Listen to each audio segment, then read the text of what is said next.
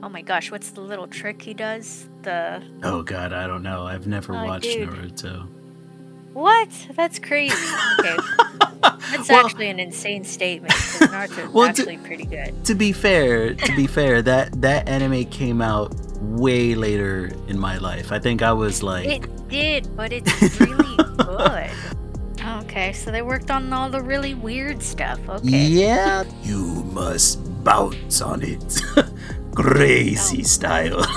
they're trying to kill the property, is That's what it it. seems like. It literally feels that way, man. It literally feels like they're just trying to kill the property. Welcome to another fine art Friday, boys, girls, and everyone in between. How's it going today, Sage and Mark in chat? Thanks for being here, guys. We greatly appreciate it.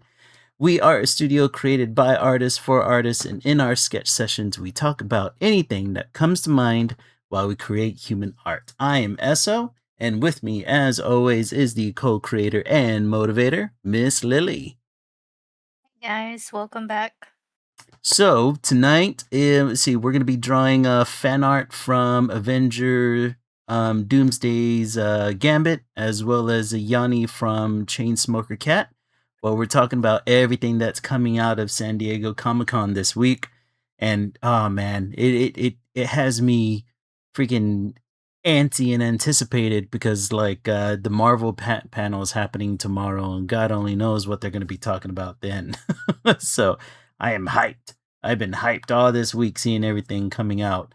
But before we do, let's get a little bit of housekeeping out of the way.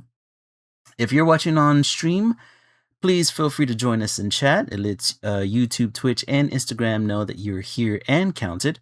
If you're a first time watcher on Twitch and Instagram, hit that follow button. And if you are watching on YouTube, be sure to hit the like and subscribe. Head over to chat. You will see links for Miss Lily's social media, both her Instagram and TikTok. You can find her at Lily Lilac Draws, all one word. And then right below hers, you will see links to Linkspray, where you can find artwork for me, clips from the show, as well as a link to our coffee page where you can donate to the studio. The other thing I wanted to mention is that we stream live every Friday at 7 p.m. Central Time on Twitch, YouTube, and Instagram. If you missed the stream, you can catch a rerun of the enhanced version of the stream every Monday at 12 p.m. for those early birds, and see the enhanced video on demand on YouTube every Wednesday at 12 p.m. So you have a number of chances of catching the show.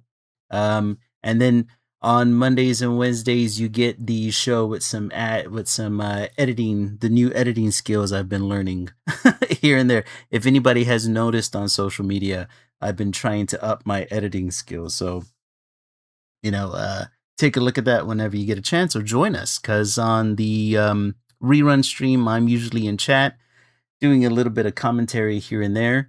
And then the VODs are always really interesting to get people's takes. And finally, as a disclaimer, the artwork that I present in each stream, and only my artwork, is pre recorded. Due to my attention deficit, I cannot draw and carry on a conversation at the same time, since my process is a solitary and vibe filled one. So throughout the week, I record about 2 hours of my process via OBS. If I end up going over the 2 hours, I put the video through Premiere just to match the total length of the stream. But no artistic process is lost in the video editing. Pretty much just time. All right. So it's, it's like I always say, a good artist isn't always a fast one. Obviously, repetition can speed up the process, but I didn't create the podcast to showcase speed. I created it to showcase the artistic process, to create and to have a good conversation while doing so. So if you notice any kind of video playback, that's either me messing up the editing process or messing up the presentation, and that's completely my bad. But with that said, before we move on, I want to give a couple of shout outs. We've had a number of people join us on both YouTube and Instagram. First, over on YouTube, I want to thank Morbid Author for subscribing. Thank you very much. I hope you're joining us tonight. If not, I hope you see this VOD later on in the week. And on Instagram, man, I'm going to do my best to pronounce these usernames. We have Mark 70AB. We have LG Blackout. I want to thank Sifu underscore NYE626. I want to thank Atomic JBS, Jasim underscore DG5, Pale Firewalker, D Yankee 39, Bill Felipe 09, Steffi A, Stephanie underscore Stephanie. I want to thank Muna underscore art, Ramal Kumar 8591, Pandey Rarte, I believe that's the way that's pronounced. Also, Fathers on Foul Lines, as well as at Lear Kamal Lesausi. I believe that's the way that's pronounced. Either way, I want to thank all of you for joining us on Instagram or YouTube or joining us tonight. Also, shout out to Doc Ock, who's now in chat. Thank you very much for joining us tonight, man. I hope you enjoy the show. We got a lot to talk about. We got a lot to draw. But thank you everyone from the bottom of my heart. You guys as follows and joining us on stream nights is what keeps me going. But with that said, let's go ahead and start getting into our drawings. Here we go. Let me go ahead and get this started. All right. So what I wanted to do is I wanted to, let's see. Okay. All right. So I wanted to go over some of the animes and movie trailers that have kind of inspired our drawings today. Let's see.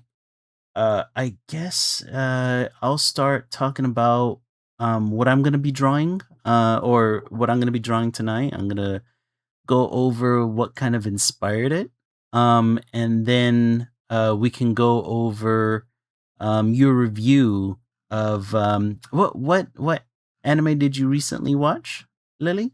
What did I say? I put that I am gonna be reviewing Witch Hat Atelier. Okay, cool, Mhm. cool, cool. That'll I work. finished the first season. Yeah. Man, I wanna. I think I'm gonna end up doing the same thing after reading the first volume of the manga.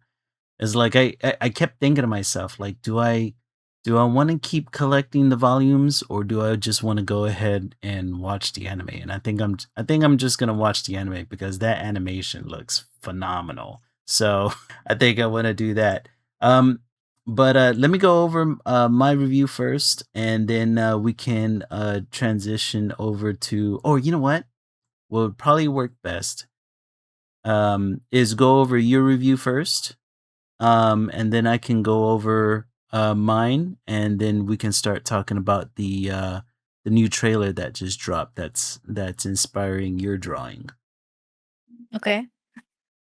So I've been catching up on a lot of the animes that came out recently, and one of them was Witch Hat Atelier. Mm-hmm. I have up to the third volume, which I haven't read. But I kept seeing clips of the animation Mm-hmm. for it and seeing like the behind the scenes, and I just figured let me just watch it. And I did try to pause right before the third volume just so I could catch up, but Yeah. it's really good. Like the animation, it and watching even watching this new show that I'm watching, it's crazy how much of a leap some animations from different studios go.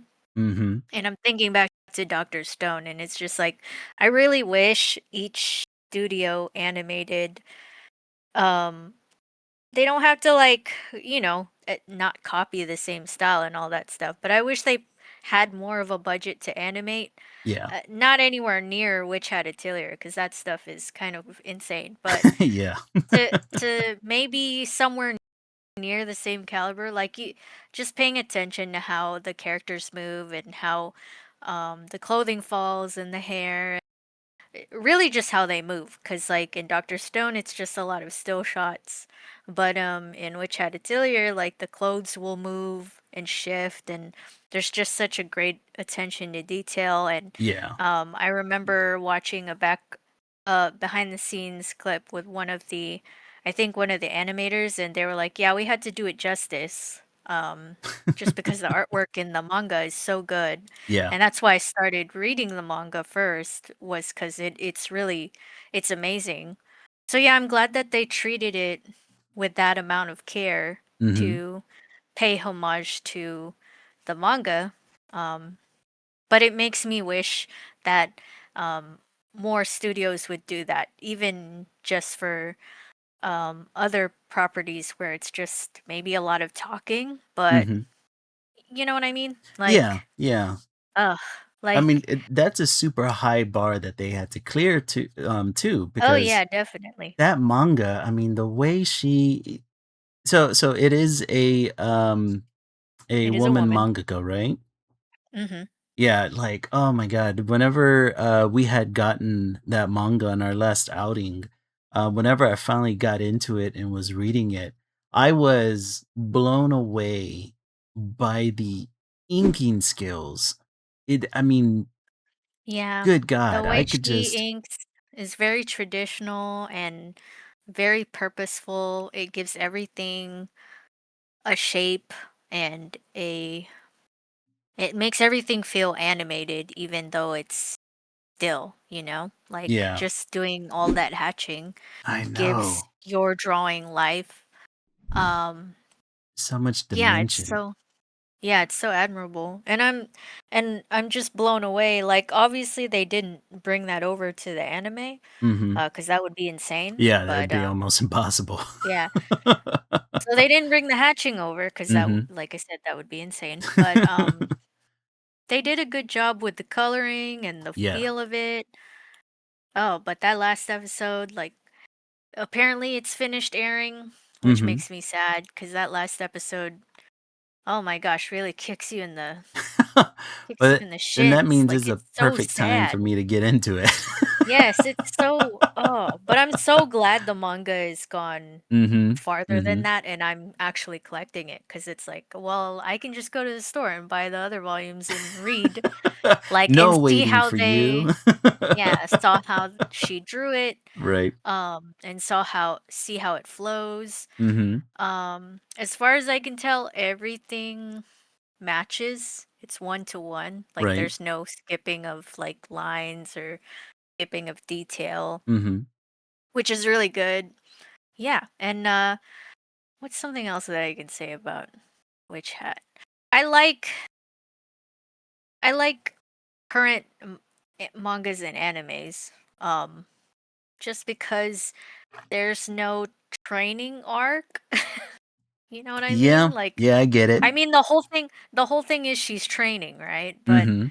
like it doesn't feel like, oh, it's just gonna be this certain amount of episodes and she's learning this one thing. Yeah. Like I just remember Naruto and he's taking forever to learn how to do oh my gosh, what's the little trick he does? Oh god, I don't know. I've never Oh watched dude, Naruto. what? That's crazy. Okay, that's Well, actually an insane statement because Naruto is well, actually pretty good. to be fair, that anime came out way later in my life. I think I was It like did, but it's really good. but it's It's also really good to it watch. it kind of it's kind of the same thing like with One Piece with me, right? Unless you like kind of grew up watching it, it's really daunting to be like, okay, now I'm going to go into it and try to catch up. Like I think I tried doing that for about I think I gave it 3 to 4 episodes from like I Mm. was starting like from the first season, and Yeah, man, I couldn't. It was just I don't know whether or not I found it just too slow or I just couldn't. It is, yeah, it is kinda slow, Yeah. But like but I how I'm think saying with these. Mhm. well, I think I found it slow because again, it's one of those things like I'm pretty sure whenever it first came out, right? It's one of those things like you're willing to sit with an anime, especially whenever it originally came out, because this was around the wasn't it like around the time Toonami was still on air. And so, you could sit down with it and you would watch it week from week and you would kind of watch it from where it was coming, but you were willing to kind of like go on the journey with the anime at first. And now it's kind of like if I try to do it now in this age of being able to binge entire series, oh man, I don't know. I would have to start from the middle just to kind of like I'll read the wiki to catch up on the story and then start from the middle cuz I have seen animation from it. It looks amazing. But Yeah, it's again, really it's good. such a huge series just like One Piece. I don't think I'll ever have the Mm, time to I don't really. know. I think it's more digestible than than One Piece. You think well, it may be. Yeah, you may be absolutely right So, cuz but I think so. I think it is a product of its time. Mhm. It had to do things slow because of the way things came out before. Like Yeah, right now, the everything is filler easily stuff and accessible, and mhm. um, things come out. Anime still comes out on a week to week basis, but Yeah. there's some animes where it doesn't. Mhm. Um, yeah, I think it's just the distribution Yeah. that changed that pacing, and also that I think these mangas were given time Mhm. to come out first, and then they see it in the future, like, okay, we'll release the anime when these few volumes come out, because we don't want filler episodes, like we don't Right. want to keep dragging the audience. So I think, yeah, I think it's due part in that, like, Yeah. Yeah, I the think you're producers absolutely are right. what yeah, the producers have watched what's happened with the audience, they're growing with them, and they're saying, "Okay, let's just have a feel for how this manga is doing," you Mhm. know? And then once a few volumes have come out, we'll start making an anime, and we'll start figuring out like how we should animate this anime. Like, should Mhm. it have a higher budget? Should it go to a specific studio because we know they can handle it and stuff like that? So I think that's what's happening. And then some Yeah. animes are just kind of thrown under the bus for some reason Mhm. and not given proper animation studio slash budget, Yeah. which is a shame. I'm talking about One Punch Man. Yeah, like, um, Sage in chat, she was commenting on Witch Hat, and she said that it was a major, labor of love, and it yeah. reminded me of One Punch Man, where it's like the first season as well was a major labor of love, and there was a pessimistic side of my brain's like, "Oh god, I hope if they do a second season, it's not gonna it's not gonna go down the One Punch Man route," you know? No, I think, like I said, I think these studios are paying attention to Mhm. what's happening around them. They definitely don't want that to happen with this. At least I hope not. Oh god, yeah. Yeah. I would hope that they'd see that affects sales in some Mhm. way. Like, yeah, sure, people are still pirating anime, but people Yeah. are still buying merch and buying manga, of course, and all Mhm. this other good stuff, right? So if Yeah. they see that the animation has gone down in quality, that kind of drives people to not buy things, but also maybe it also drives people to buy the manga because it's like, oh man, this anime is shitty. Let me just go Yeah. read the I'm just manga. gonna read the It, manga, yeah. yeah, it could have the adverse effect. I don't Mhm. know. It's strange, but I don't think they're gonna do it this way. I think I would hope that studios would be like, we really want to do this property. I understand that we get lined up to do other properties, so let's kind of draw out a timeline. Like, where in our timeline of work, can we Mhm. work on this property? Can we work on this property? And this, that, the other, you know? So, Yeah, yeah. um, especially with how popular this one has become and how it's so hard to buy the manga volumes for it. So I think, yeah, I think they're kicking it out of the Speaking from park with personal this one. experience. Yeah, it's really hard. I had to like I had to call and ask if they got volume 3 in yet, and then I think I was there like Tell them to hold um it for you. they did, but Oh, they they were like, did? Oh, we're awesome. only gonna hold it for 3 days," and I was Oh, like, "Okay." man. Well, I'm right down the street from work, so I'll just come after work. I'm on my And way, I then swear. yeah, and then when I was there like maybe a week ago, like yeah, the first 5 volumes were not in stock. Like I think I Mm, don't know what happened to all their stock. They had so many wow. volumes of volume 1 like just stacked by the shelves, and then they were all gone. I don't know what happened. Like It's a good problem to have, which is technically. awesome. Yeah. Well, I would hope it's because they sold it and not because Yeah. they rotated it out, you know what I mean? Like Yeah, they gave it yeah. to another store or something. I don't know how that works, but yeah, it is a good problem to have if they happen to sell out of it. Um, but yeah, highly recommend it if you get a chance and you have time to read. Mhm. Go read the manga. The artist for it is amazing.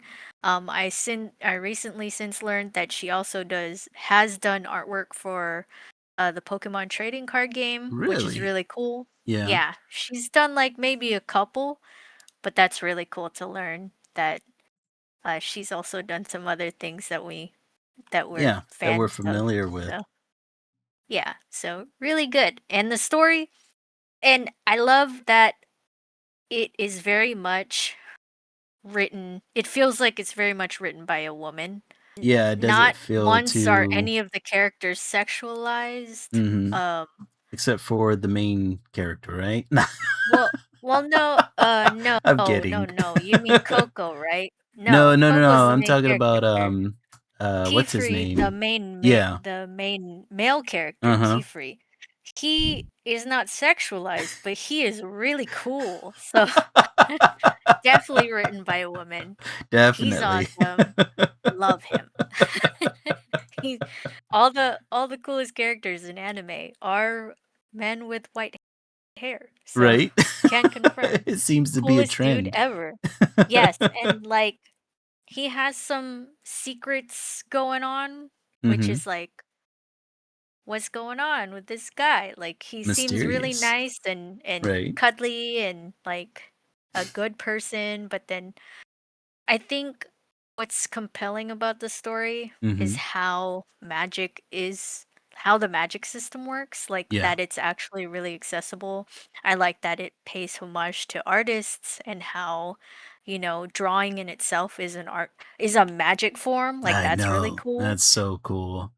That's cool. And then I think that the you haven't read most of the first volume, No, have I've you? read the entire first volume so far. Oh, you have? Yeah. Okay. So Mhm. so it kind of brings into question because you know there's forbidden magic and Yeah. stuff like that, right? Mhm. So it's like that question starts coming into play. Like Yeah. why are these magics forbidden Mhm. and why can it not be used to better Yeah. like As I was humanity? reading it, a part of me was thinking like, am I gonna get a rug pull in this story? Like, is it gonna be I think there is like we're the based off bad of guys, you know? some of the Are some we of the the artwork baddies? for Coco and Yeah. stuff like that. I don't Mhm. know, it's kinda scary, I'm kinda scared, but I'm also kind of excited because it's like, "Oh, man, there's gonna be, like, flip-flopping, and that's Oh, yeah. cool," That you just makes the know? story better, It honestly. does, it makes it I don't wanna say more interesting, because you know, following a good guy is interesting too, Oh, of course. but it's like stories where it makes you question what is good and what is bad Mhm. kind of are Yeah. kind of are really fun. Like Yeah. those are really fun Those stories. are more compelling stories, trying to figure out, like, Like, who are these wizards that are trying to, it's almost like, whenever I was reading it, it kind of came off as I was starting to like get read in between the lines to get deeper into the story. It started becoming this question of, are these wizards who are practicing banned magic? Are they kind of like the magic liberators? Because technically they it seems as if they want everybody to have magic. Or is Mhm. it like, or are we supposed to side with the people who are essentially gatekeeping the magic? And I was just like, oh man, this story's getting juicy.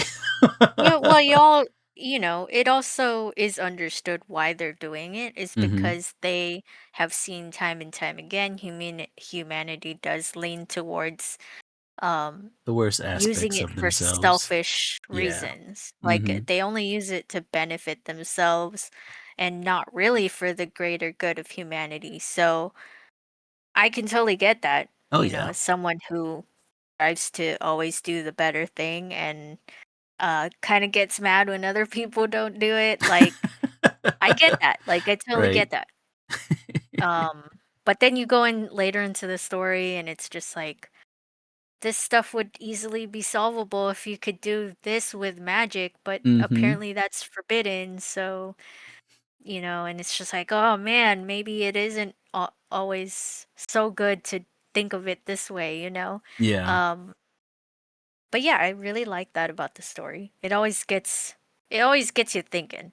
Oh, yeah. Um, That and the yeah. magic system that I mean, just overall, what I noticed from reading the manga was just the world building of this story is amazing. Like Mhm. truly goals. As a person who wants to try to build their own world, it's absolute goals. And Yeah, no, I mean, just the way that they explain the magic system and how it kind of follows logically. If the way you draw these magical circles, they have certain attributes.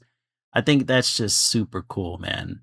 So much so to the fact that there's a lot of people in the fan base who come up with their own magical circles to do like certain things. I think like I was reading like some I've people. seen some crazy stuff, Yeah. like just a bunch of troll stuff. There was one where some dude made a a circle that just sends you to hell. Like, Yeah.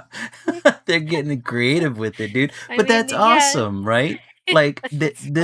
this mangaka was able to build a magical system that people can then take and just go nuts with. And It's I very think that's easily oh understandable. yeah. Yeah. Yeah, super easy to understand. And I think that's awesome. Like I I'm like you. I think I'm going to be watching the anime um now that it's come to the end of its first season. Um, and then I got to debate with myself on whether or not I want to read the manga after that, continue to read the manga, or just wait for a season two. Because waiting for a season two is, like we said, that it's a gamble whether or not that's the best route to go down. So I mean, man, I think it's already been confirmed that they're doing it. are they? Like Have they confirmed they're doing a that season two already? they have to be. I saw so many images. That's crazy. Yeah, it's officially in production by the same studio. Oh, hmm thank goodness, it's the same This was studio. announced like a month ago, Okay. which was when the first season actually ended. So they announced it right as it ended. Yeah. Oh, then that means they know what kind of treasure they have on hand, and I they're gonna mean, I mean, they have to be seeing how crazy manga has been flying off the shelves. Like, exactly. I'm seeing it. There's no way they're not seeing it. Like, there was, oh my gosh, I have to go find volume 4 because I'm pretty sure volume 3 doesn't even cover what happened in Yeah. the last episode, and the last episode was fucking nuts. Like, I'm just like, why? Why So is this happening? Why? so are you afraid that if you continue to read the manga past season 1 that you're gonna get spoiled for season 2 at all? Oh no. I No? want to know what happens. Okay, Yeah, because okay.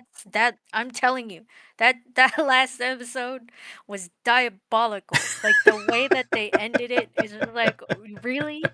This is where you're ending. There's no 24 episodes, it's only 13? Like, Yeah. why are we doing this? Like, this is evil. Like, you guys are like, I get Oh, it's a man. lot of money, you guys are doing great, the Yeah, animation's yeah. amazing, but why did you leave it here, you evil people? Like, to drive the manga sales, that's why they did it. I get it They now. gotta It all makes leave sense they gotta now. leave the fans with something to look forward to, man. The dots are connecting, that's why I can't find volume 4. Okay, got it. There you go. You build scarcity to up the ante. But, yeah, no, I don't care if I was already planning to read the entirety of the manga that was season 1 before watching the season, Mhm. but because I'd been seeing so much praise for it and people releasing clips and all this other stuff talking about the characters and how cute they are and wholesome they are and how badass they are, I'm just like, I gotta watch this. Like, I Yeah. can't, and I'm already trying to read the Avatar comic books, which I'm not gonna do it before tomorrow. Right, Um, because the movie's releasing yeah, tomorrow. so much reading that I've had to been So doing. much to catch up with. So much stuff. This is what happens when you have so many hobbies. Right? You can't do any of There's never them. enough time. No, not enough Man, time in the entire world. damn it. And most of that's just video gaming, stuff I could just not be doing, but I just do it anyway because I You have a you addictive personality, I Yeah, guess. But yeah. You kinda need to, but I'm biased because of the dopamine hits that I get from playing video games, so that's how it becomes addictive. Yeah, it's true, it's yeah, true. exactly. You win some, you wanna play more. One more game. One more That's the game. I thing. just I One more just got game, this and then it's victory 6 AM. royale. Yeah. Oh shit, is that birds I hear on the Yep, from the there outside window? sun's up. I fucked up real bad. Yeah.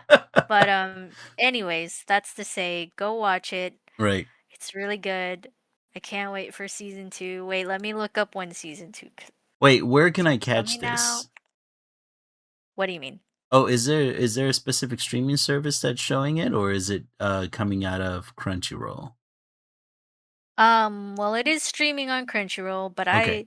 I'm a pirate, so, Right, right. If you it's on know. Crunchyroll, I'm probably gonna have to So, pirate it too, so wherever you can find it, yeah, just yeah. go I'll be doing go it do that that. way. Well, But when is season 2 released? is it sometime this Hasn't been next year? announced. Ah, Damn. damn it. Well, give them time. Damn. Let them cook, man. I mean, the animation is really good. Yeah. That Just let them cook, it's gonna come out whenever it's ready. the official trailer, they already released the official trailer for it. That's crazy. Really? So they're ready for it. Jesus, that's But quick. who knows when it's coming out. I don't know, Yeah, yeah, it's but true. I'm ready. Right. Well, the reason I was asking what streaming service, that it was on because it kinda leads into the next review and why I ended up falling or why I ended up discovering this anime. So, what I'm reviewing is an anime called, Chainsmoker Cat, and it's part Mhm. of, the illustration that I'm doing today. So, originally, I was looking for Smoking Behind the Supermarket with You, right? Because I wanted to check it out after our last stream. And whenever I looked it up on Google, they said it was on Netflix, and I was like, okay, cool. If it's on Netflix, I'll stream you. I'll stream it, the old-fashioned way. And plus, like, I kind of like going through streaming services because you get like the HD picture and all that stuff. So, and I don't got to worry about pop-ups and all that crap. So I went to Netflix. I looked up smoking uh, behind the supermarket with you, and I couldn't find it. But instead, Netflix brought up Chainsmoker Cat to me, right? Wow, Netflix is on there. I mean, it's on Netflix, that's crazy. Yeah, yeah. I guess But I we're out guess of that's region or okay. some shit. I don't know. It doesn't make any sense to me. What do you 'Cau- mean? Well, because usually, if you're not within region for a specific anime, they will have it on Netflix, but they only have it for a specific region. So unless you're using a VPN and you can change what region you're watching it from, that's the only way you can access some anime, Okay. which is super weird. I don't know why, but Yeah. I think it has to deal with, licensing agreements and all that other BS. But regardless, it wasn't available in my region, so it recommended Chainsmoker Cat for me instead.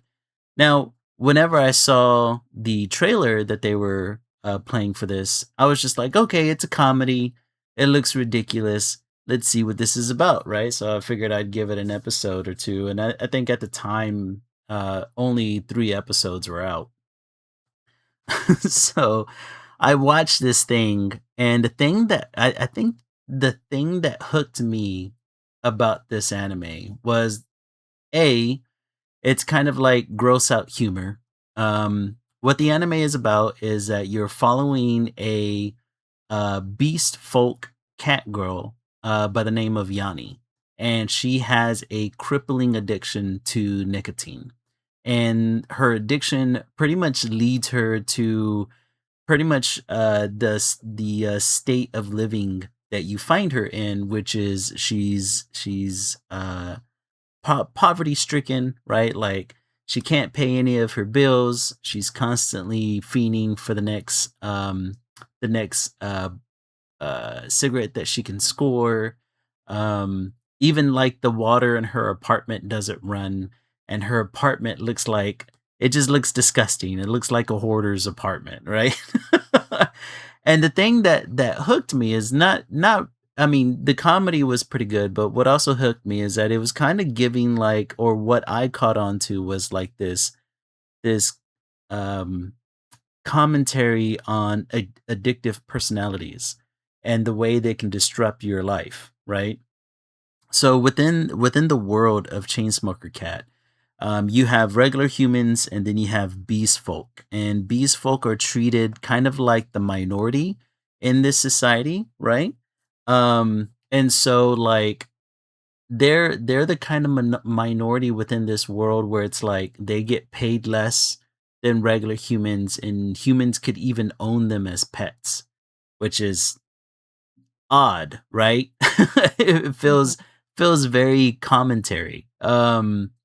And so you have Yanni, the main character, who suffers from her addiction.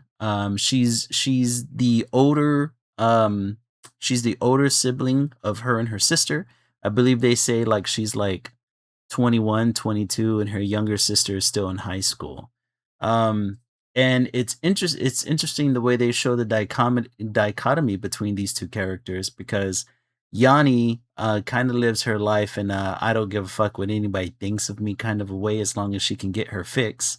Whereas you have her sister that's like like working really hard to assimilate into the human world.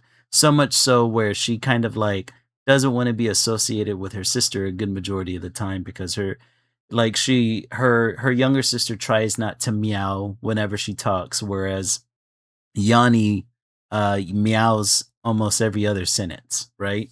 Um and I thought that was really interesting, because again, a lot of interesting parallels. And then you end up meeting these other characters within the anime where like you have one cat girl who is addicted to harder substances. Like in the anime, they actually show her like smoking weed, and it looked like shooting up heroin and smoking hookahs. And it's interesting because in the anime, like because these substances are super illegal in Japan, like she's constantly trying to make alternative explanations on what she's doing. So like whenever she's smoking weed and somebody asks her about it, she's like, "No, this is a cigarette." Or like whenever somebody catches her shooting up, she's like, "Oh, I'm giving myself a vaccine." Just just random ass shit like that. You have another beast folk cat girl who is addicted to alcohol, and then another one who's addicted to gaming, and all these beast folk live in like this poverty apartment, it seems like. and so they all interact amongst each other. And pretty much it kind of feels like just kind of a slice of life anime with this really fucked up premise of like poverty stricken minorities who are addicted to substances. It's crazy.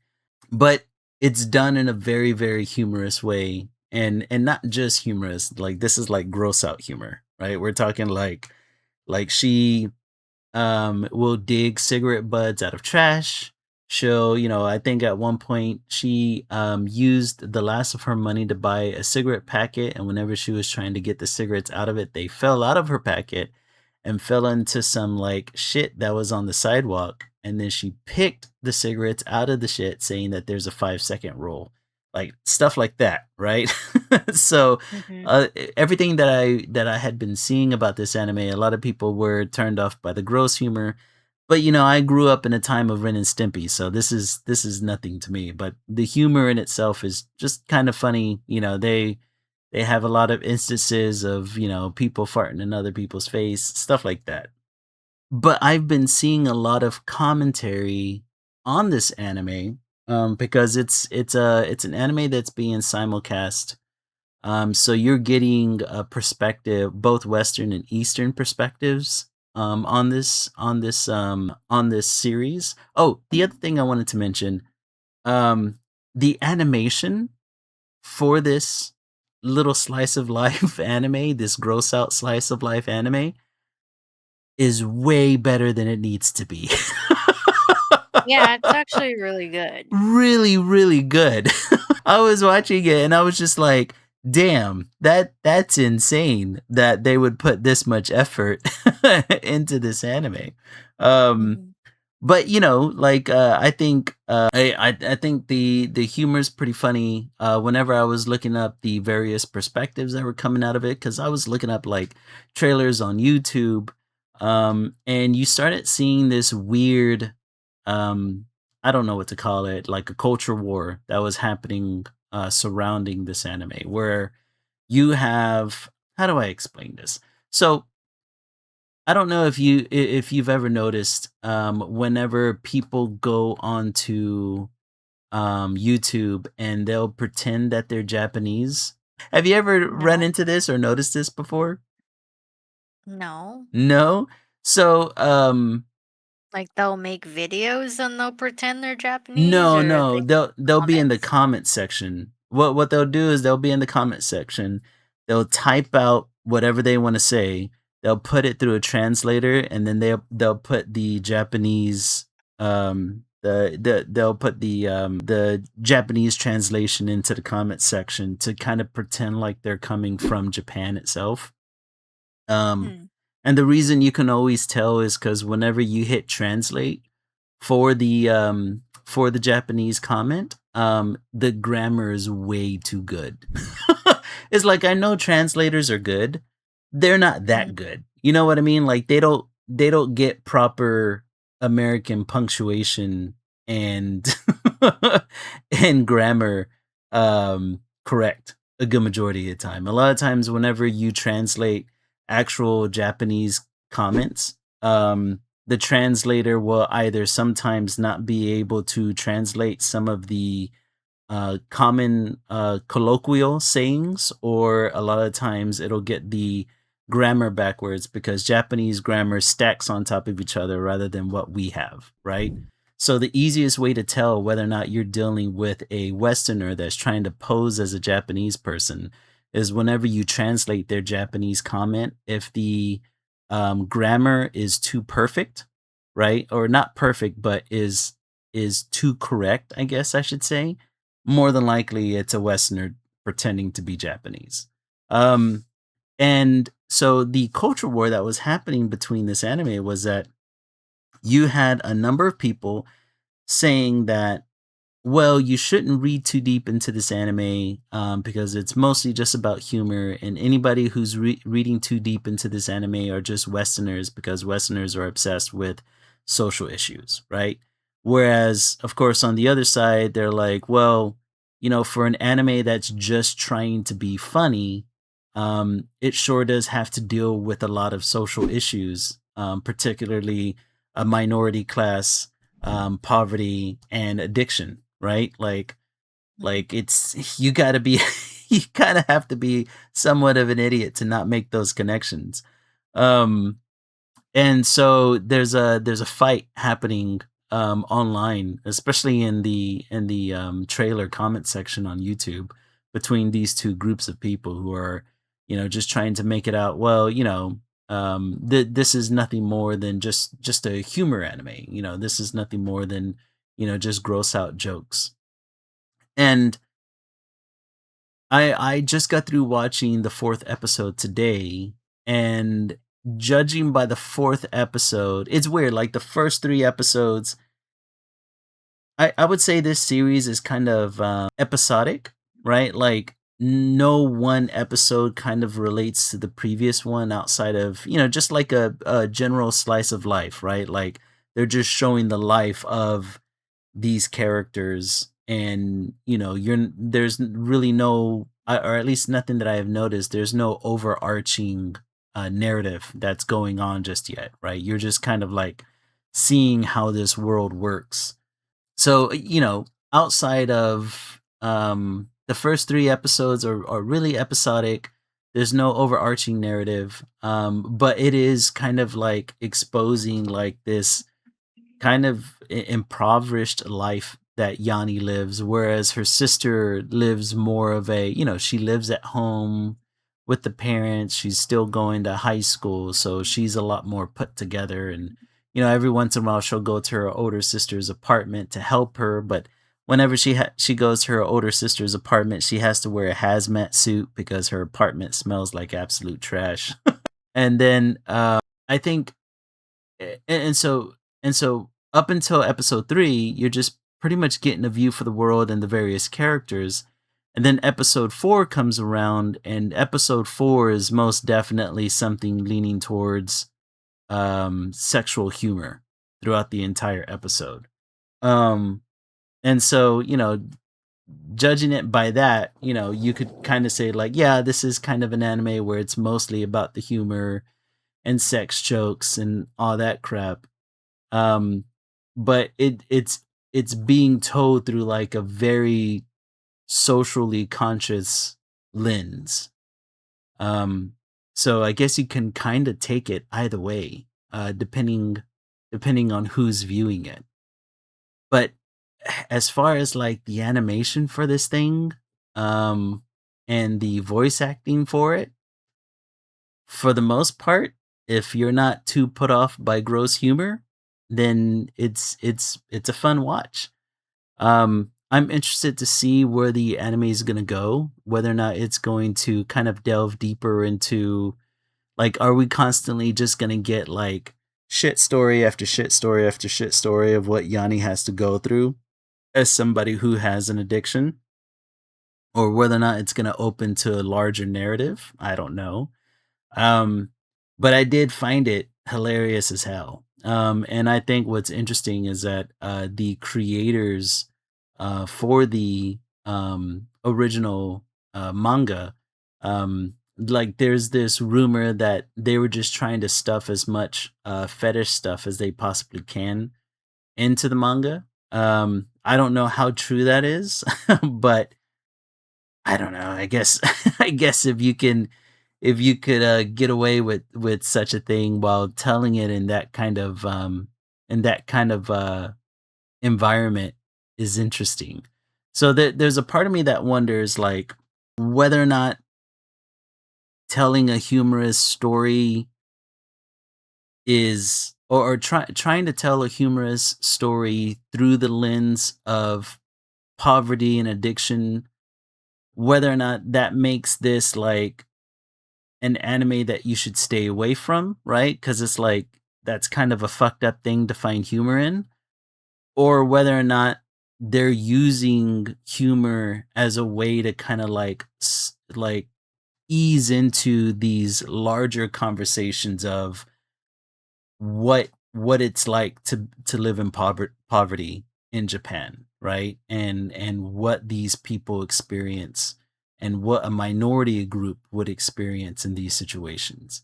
And so I really don't know where to land on the anime, to tell you the truth. I really don't know whether or not it's fucked up because they're trying to find humor in poverty and addiction, or whether or not they're using humor as kind of like a soft launch into a larger story.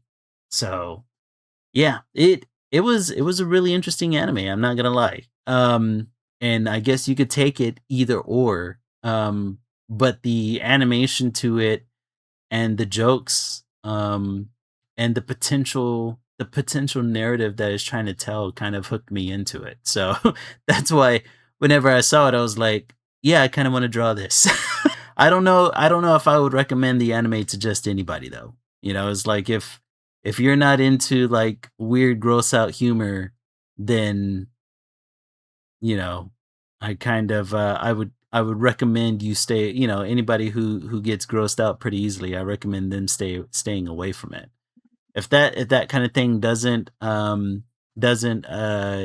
make you cringe at all, then by all means check it out. And I would like to get other people's perspective on it. Like, is it trying to find humor in addiction and poverty, or is it trying to display addiction and poverty in a humorous way? Like, I would like to get other people's perspective because I'm kind of stuck in between, honestly.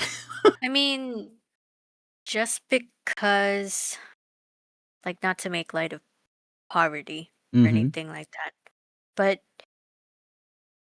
being alive and living through different situations, you go through pretty not humorous, but really silly situations. Mhm. So, it, to answer your question, yes, you can just find silly situations in your uh kind of bad situation, Oh yeah, and for that's just sure. what it's depicting. Mhm. Um, yeah, I saw a clip from it, and I don't know if I'll watch it just because of what I saw. Yeah. So it's definitely, uh, but I did see some critiques on some websites, and people calling it trash and Mhm. stuff like that. And that's basically what it is. It's just trash humor. Yeah. But there's definitely an audience for it, and people can have their own opinions. Like, whatever people think is good is good. Whatever people think is not funny or bad is bad. It's Right. all just based on your perspective. Mhm. But I think what's undeniable about the show is that from what I've seen, a lot of critiques have pointed out, is that it truthfully shows how addiction can be, and that Oh it's yeah. not, and that's kind of the point of the show. Like, Yeah, the show definitely. is about a character who is cripplingly addicted to smoking, Mhm. and that it's affected her entire lifestyle. And Yeah. so it's not going to be pretty. It's not going to be nice. Mhm. It's not going to be cute. And that was the Um thing. Like that was the thing that I had noticed, right? Because you're right. It does show a very real it does show a very real depiction of addiction and what it can do in your life and how it can essentially ruin the world around you whenever you allow it to dictate every second of your life. Um, and I kept thinking like, there's no way a story like this would be told in this way if it was just for the humor, right? So that's why it kind of has me on the fence, right? A part of me is like, okay, this is trying to tell a different. It's trying to dive into something different beyond like, oh, look at this cat girl. Ah, look, she's doing something disgusting or she's doing something sexy. It feels like it's trying to say more than that because why else would you be depicting it so rawly, I guess, right? I don't think this humor is the point. I think it's just showing that it is kind of silly, and Mhm. how shameful it can be, and how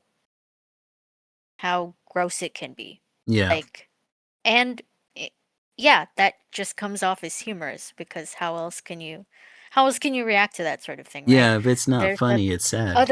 other than it being horrifying, because Mhm. there's a thin line between horror and, comedy, right? Mm, Other than it being, sad, right? right. So, it's all in all, it is just I think it's just to depict something like that.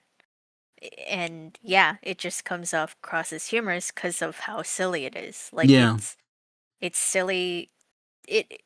At the bottom of it, at the end of it, it's really silly to become so addicted to something that re- Mhm. Mhm. it makes you unable to function, Right. right? Like when you Right. think about it, that is a really that's really silly. Like Yeah, to let it's something like definitely that real though. control you. Yes, it's Yeah. real.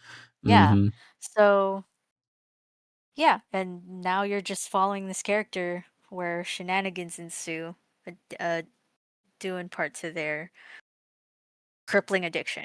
Let's So, see. Sage here in chat says, something of a similar vein to Jimoto's Saiko, which Studio Mappa is doing. I haven't heard about that anime yet. oh, is that the one with the little anime girls that look really cute, but they're like shooting up coke and Oh, they yeah, I think they I sell have heard drugs? of that. Yeah, yeah, yeah. I think it's the same. Yeah. So again, another really silly premise. I think it's just to catch the silliness of it because it's these cute little girls. Uh, but then you watch them like snorting cocaine and all this other stuff, and Right. it's yes, that's bad. Like that's fundamentally that's bad. But when you watch it, it's like, damn, this is so silly. Like Yeah, yeah. I see what you mean. Yeah, I remember seeing the trailer for this. again, another one I probably don't want to watch because I don't know, that stuff might make me sad, and I'm already sad enough as it is. I'm okay. And some of the stuff I've seen, especially from the Chainsmoker Cat one, Mhm. just makes me really like really grossed out. Like I don't oh, I can't do that. No, thank you. I'm good. Yeah, it kinda I'm reminds okay. me of a show, I don't think this show is on anymore, but you can still catch it on Prime or something to that degree called Shameless, where it kinda shows, like, this impoverished family and what they have to go through and all their trials and tribulations, and it has a dramatic feel to it, but it shows a lot of it through humor, and yeah, it kind of feels like the same thing where, you're witnessing what objectively is a terrible thing, but it's like kind of like easing you into like this it kind of eases you into a widening your perspective through humor. Um Mhm. but again, it's like I said, if you're not into any kind of gross out humor, then yeah. Yeah, I think I Maybe think skip you should this one. yeah, I think you should sit this anime out if you're not into it. Who's I the animation studio, do you know? so the animation is it's Bibury. Beebury? Beebury Animation? I don't know anything about this studio.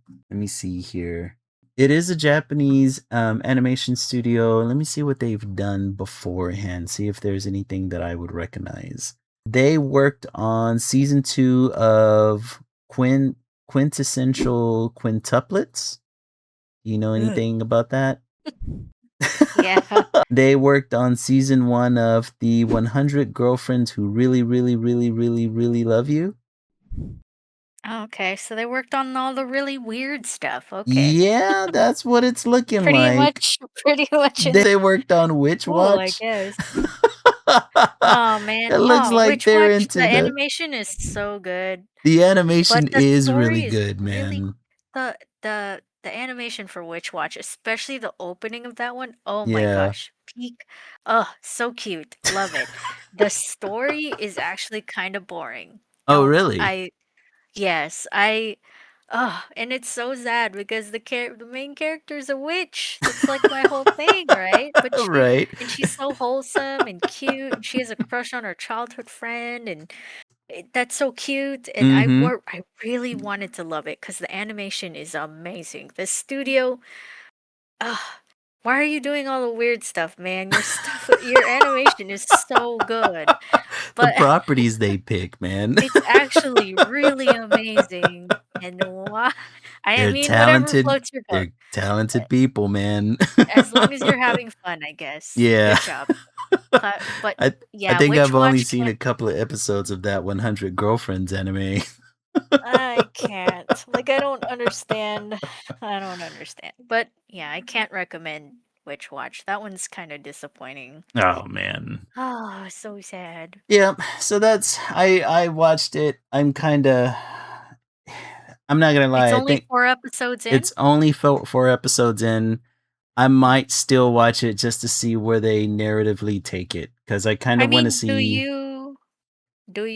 okay, so Mhm. are you just grippling with the, I guess, guilt that you have from finding it humorous? No, Or no, I'm grappling with the story, because the wondering if humor. there's more to it? Yeah, because the Mm, thing is, the humor. I mean, it's fine with me. I don't.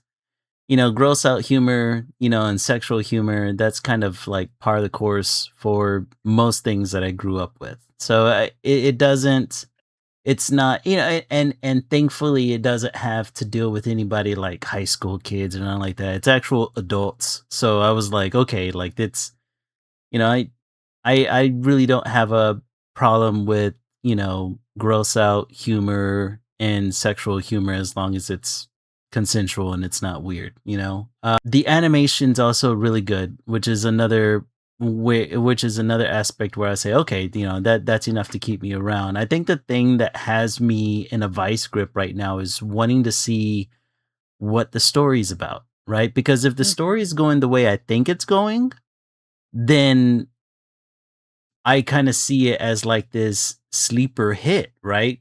Because if you're able to give me good animation and a entertaining time while I watch it, and if you're still able to or gut punch me with a story, that's kind of examining how a society like Japan deals with poverty and addiction, and how they deal with mental health, right? Because mhm. with a lot of these characters, a lot of them have mental health issues, and mental health in Japan, just like, honestly, with any with any of our brown societies, they're not so great with mental health. they're they're not so great at acknowledging it, and having good ways of dealing with it. And Japan is also part of that group that's just not very good at dealing with mental health, and treating it properly. So Mm, if this is an anime that kind of flirts with the idea of what mental health can do to an individual, then that's kind of awesome.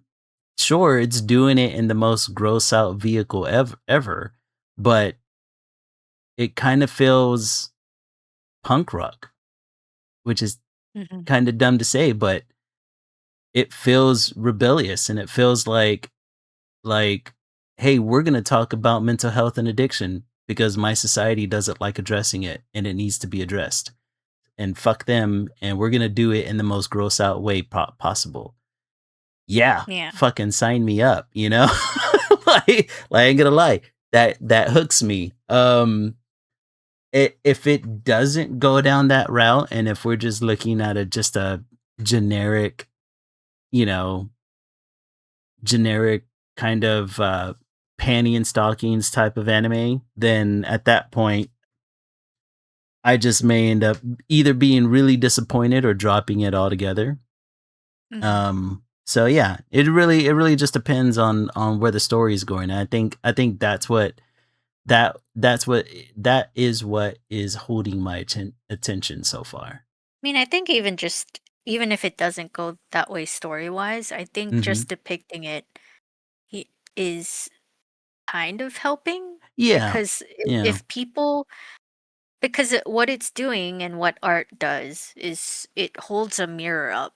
Mhm. And if you somehow manage to see yourself in that mirror, in this property, it kind of makes you start to like reevaluate your situation. Yeah, it It's just opens like, the oh damn, conversation, this you know? yeah, it's like, oh Yeah. damn, this lady is kind of crazy and her living situation is kind of gross, but then it's just like that kind of feels familiar. Yeah. And then you look Yeah. around and you're like, oh wait, that's me. Like that, Mhm. oh damn, Yeah. like And and and it's interesting to be coming from a society that people see as being so sanitized. You know what I mean? mm, Like, yeah. whenever people talk about Japan and whenever they're talking about Japanese culture, it's extremely sanitized a good majority of the time, right? Like, nobody talks about, the crime underbelly, nobody really gets into, like, the things that plague all societies. Granted, on in Japan's level, it's much smaller, thankfully, and good on them, of course. Like, their crime rates are really low, and their of course there's other crimes besides violent crime, right? Sexual crimes are extremely high over there.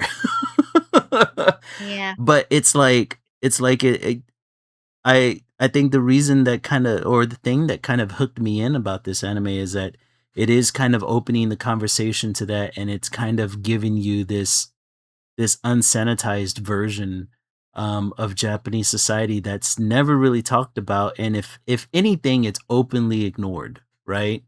And I think that's kind of, the commentary that the anime is giving whenever they show Yani's sister, who is a beast folk, a cat girl who's trying to assimilate into Japanese culture and, like, downright trying to ignore who she or where she comes from culturally, right? Mm, And then, as, minorities ourselves, right?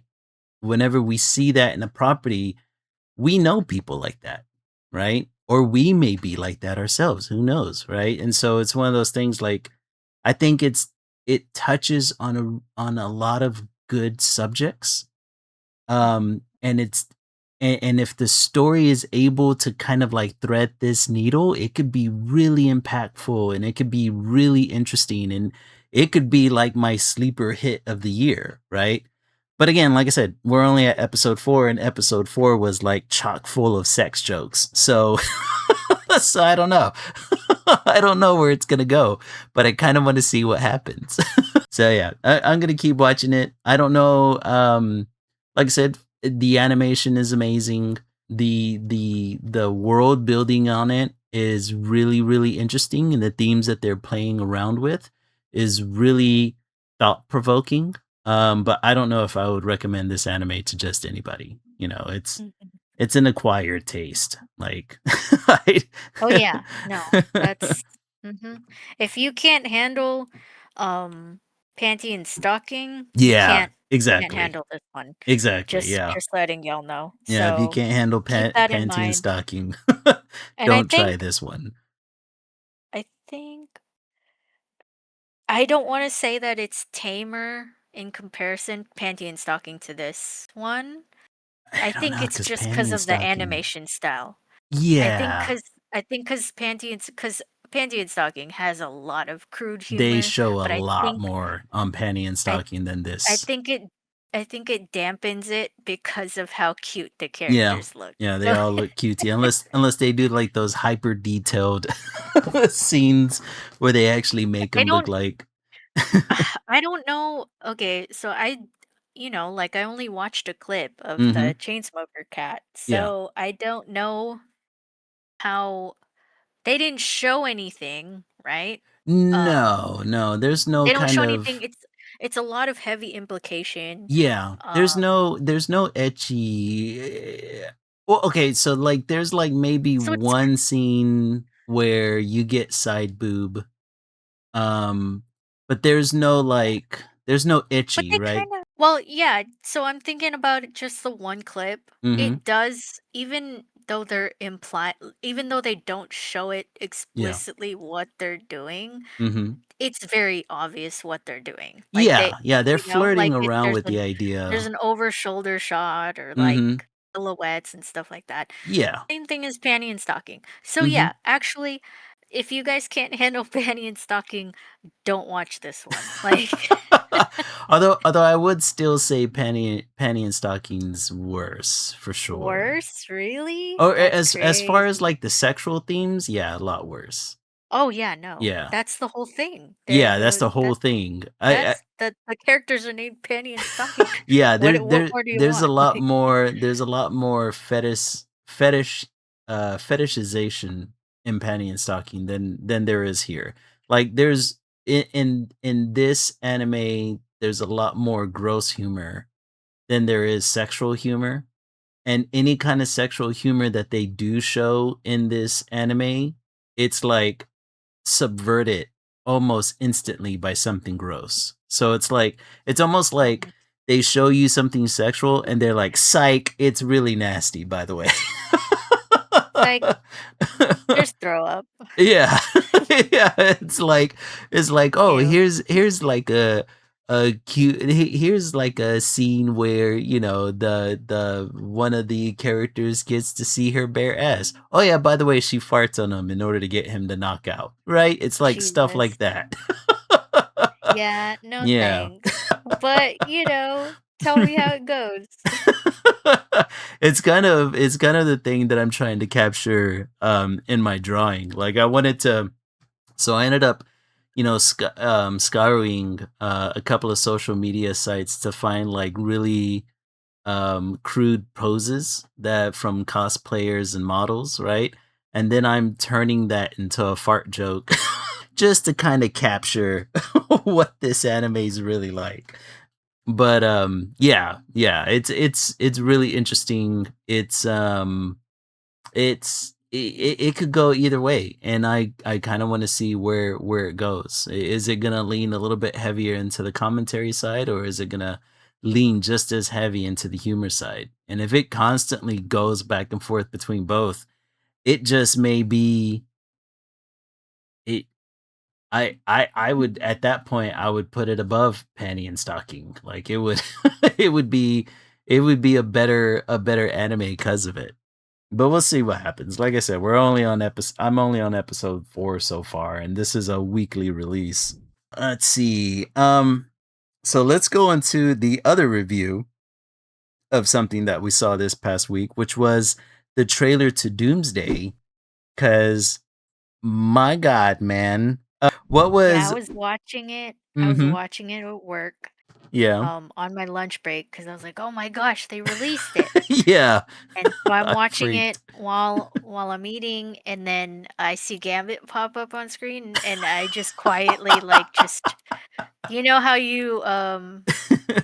when you see something shocking, you, like, Uh-huh. open your mouth like, you Yeah. know? That was me at lunch, like, I just like, Like, but all yes. quiet, so I was just Yes. quietly, like, just Mhm. internally screaming while I saw Gambit Oh, on the dude, screen. I I was saw like, "Oh people my god, online it's losing Gambit." their minds because, whenever he does that slam attack with his bow and So cool. people So were cool. She's relating like, it to his Marvel "Ah!" rivals. Yeah, so cool. I don't know how they're gonna, like, show him come because I'm guessing it's a variant of the So, one that's stuck uh, in the okay, one place in Loki, right, the but void.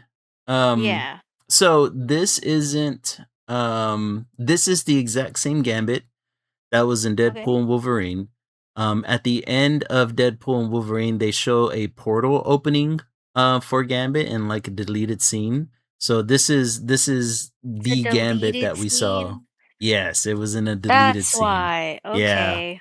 Well, I have to go watch that deleted scene because I was so confused. Because I was like, "How did you get out of They there? well they kind How of did you show it so do that?" at the end of Deadpool and Wolverine, they show it on a screen at the TVA of him seeing this portal. Escaping? Yeah, and Escaping the Void. And then later on, it was released with the Blu-ray, which is why I love physical media.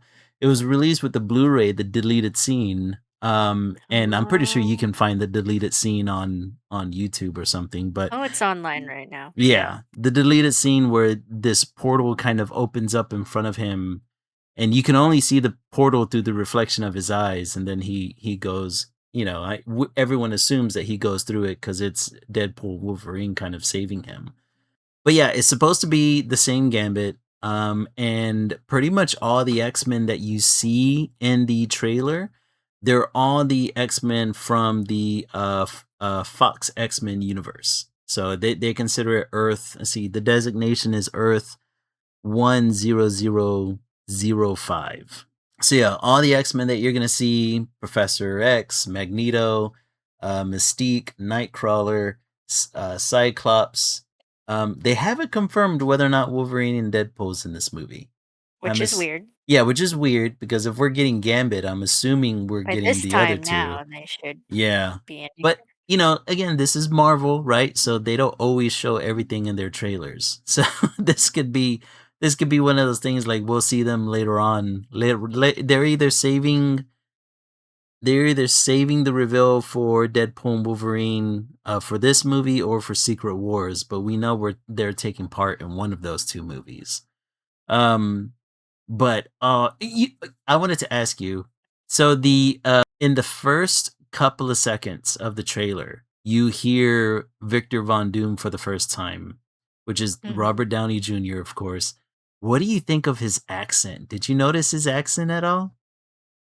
Yeah, so he does have an accent, so it's very clearly showing that because he's from a place called Latveria, right? Yeah, yeah. So so this one, if it's a variant of Tony Stark, if not, Mm-hmm.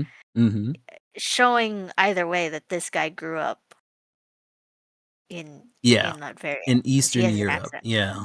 Yeah. Latveria is supposed to be like somewhere. It's a fictional place, but it's supposed to be like somewhere around like Romania, Eastern Europe, around that area. Mm. So yeah, whenever whenever I heard his accent, dude, I was like, why the hell does Victor Von Doom sound like Dracula from Nosferatu? Is that not how he's supposed to sound No, like? no, no. Actually, in all honesty, it's probably the truest accent Robert Downey Jr. could go with.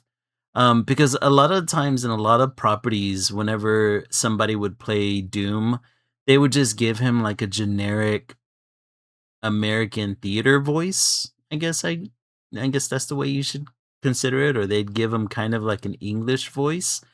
But, if he's coming out of Eastern Europe, he ain't gonna have an American or English accent. He's gonna very much have like that Count Dracula accent.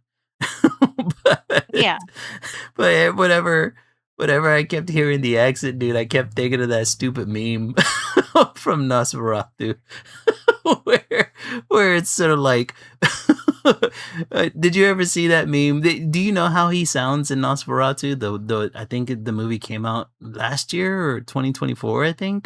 Do Oh, you the one remember with the with uh Will Dafoe and yeah, yeah, yeah. Okay, yeah. yeah, the guy who like talks kind of weird, like Yeah, yeah, he talks really low.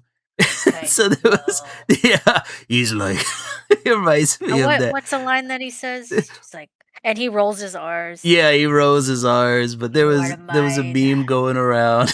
There was a meme going around. He's like, "You must bounce on it, Oh crazy my style."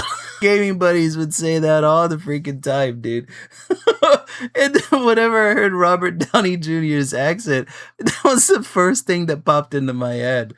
I that's swear, funny. that was like a stim for me for like fucking 2 weeks straight.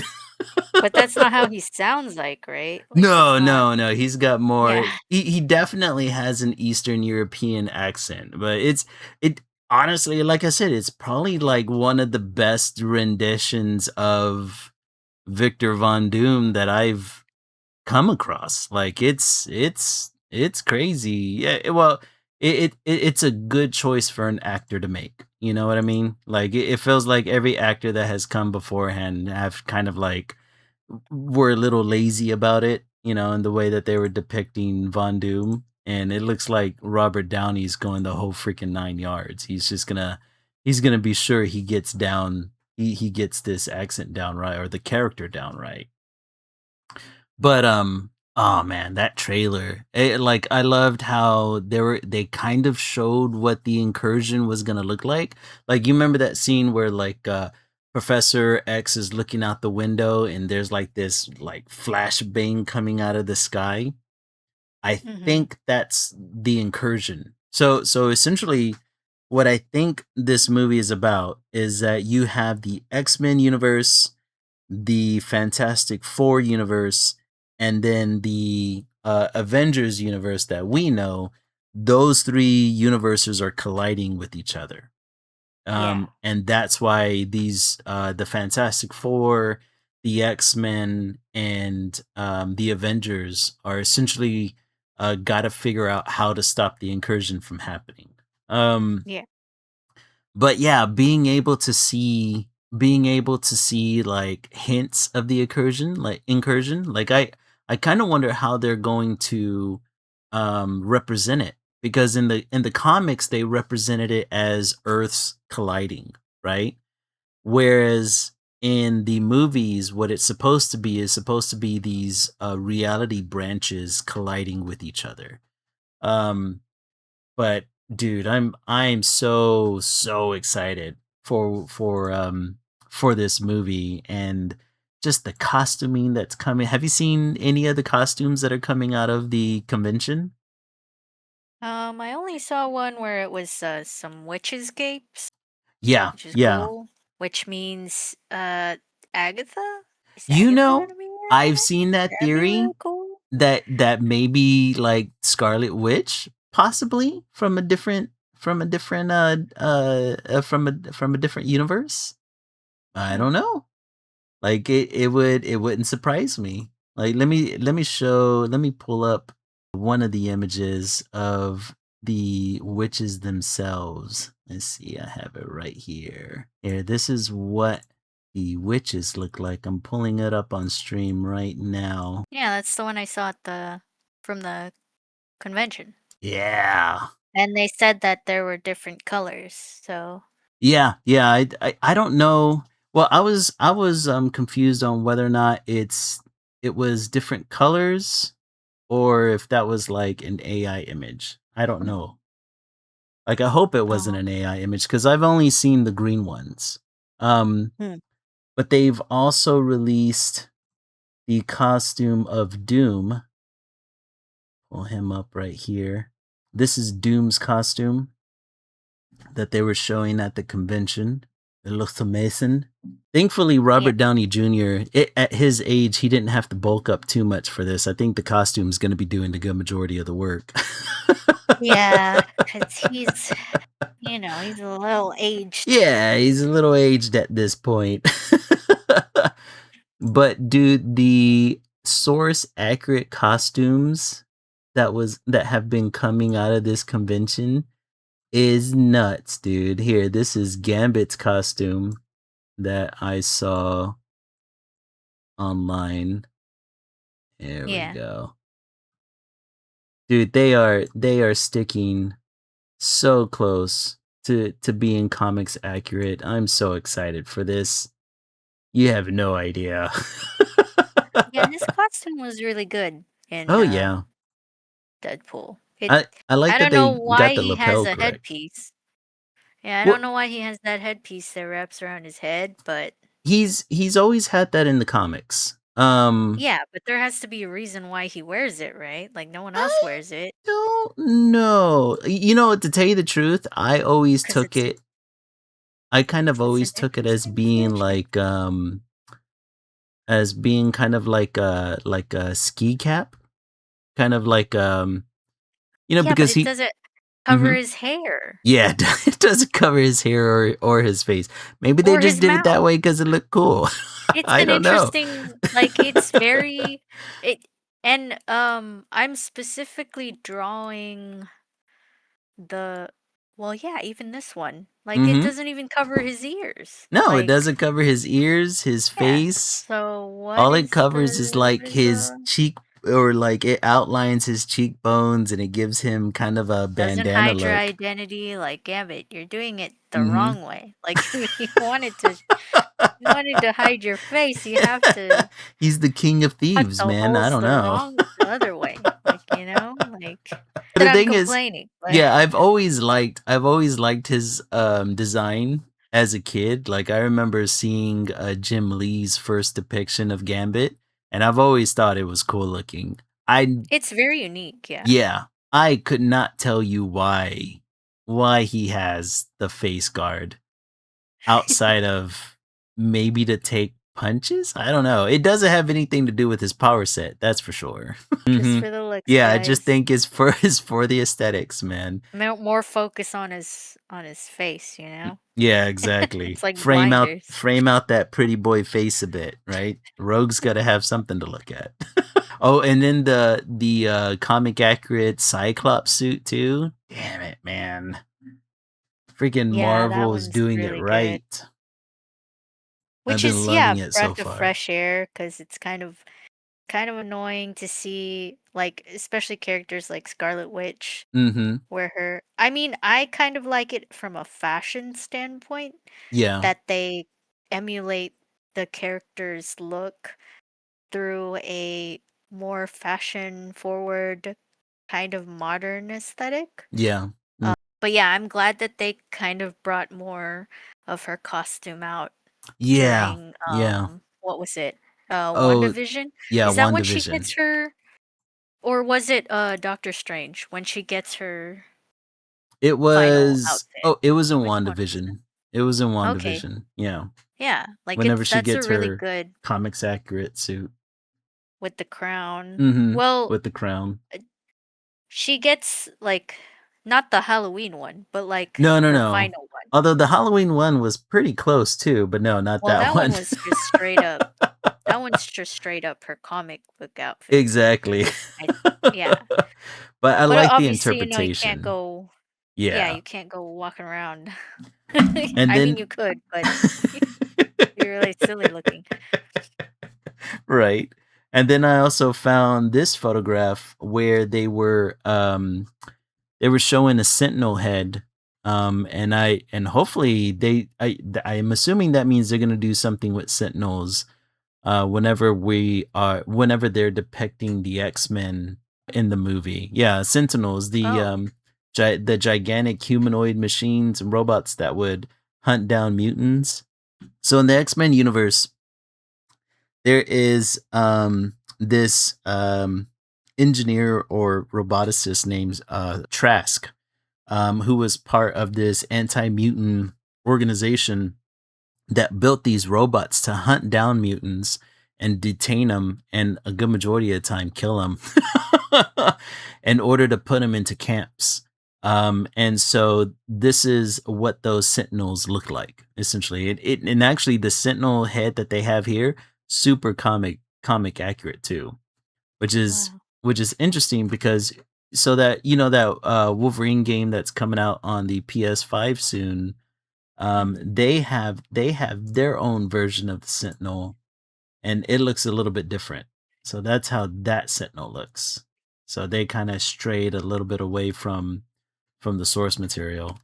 But oh my god, Mm. that new Wolverine game looks badass as well. Do you think they're gonna do anything with the Eternals? Remember that movie? I would love for them to do something with the Eternals. Pretty much all the actors that were in that movie, none of them have confirmed anything happening, and a lot of them talk as if like that franchise is dead. Um, Well, did it do good? I don't think it did I too think good, did it? I don't know, man. I think I'm one of the rare few that really like the Eternals for what it was. Oh, did you? Yeah. I really like the Eternals. I like a lot of people claim that the Eternals was a little bit slow. Um and I didn't really think so. I thought like the costuming, the power sets, the story was fun to follow along, and then we also got like this galactic story as well. So I thought it was a pretty good movie, and I really wish they would do something more with those characters, especially now that we're introducing the X-Men. Because oh, dude, there's this story in the comics. All right, so there's a story called Avengers versus the X-Men versus the Eternals, right?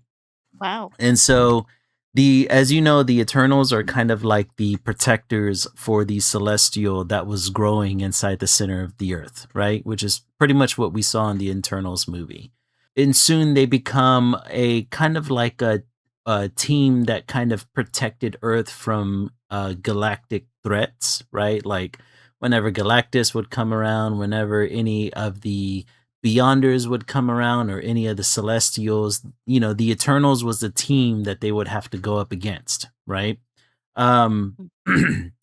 and the Eternals also protected Earth from these creatures that lived underneath Earth's surface that were like that were like cousins to the human race, but these creatures were like ridiculously overpowered. So the Eternals constantly tried to keep their numbers from them populating too much, because otherwise they would destroy humans on Earth, right?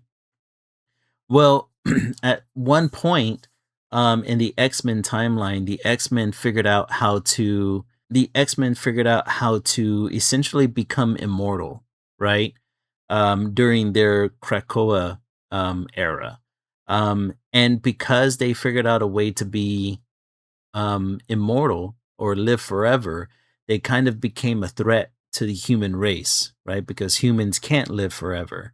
And this ended up causing a war between the Eternals, the X-Men, and the Avengers got into the fight too, because the Avengers are trying to protect pretty much anybody who was on planet Earth. And it ends up becoming this huge battle.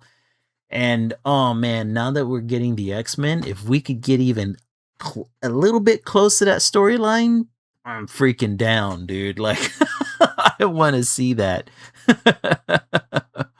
But I don't know. I don't know if you would be able to get any of the actors to come back after the first movie, cuz it seems of it as if like Salma Hayek, what's his name? Kamal Memjani, I believe that's his name.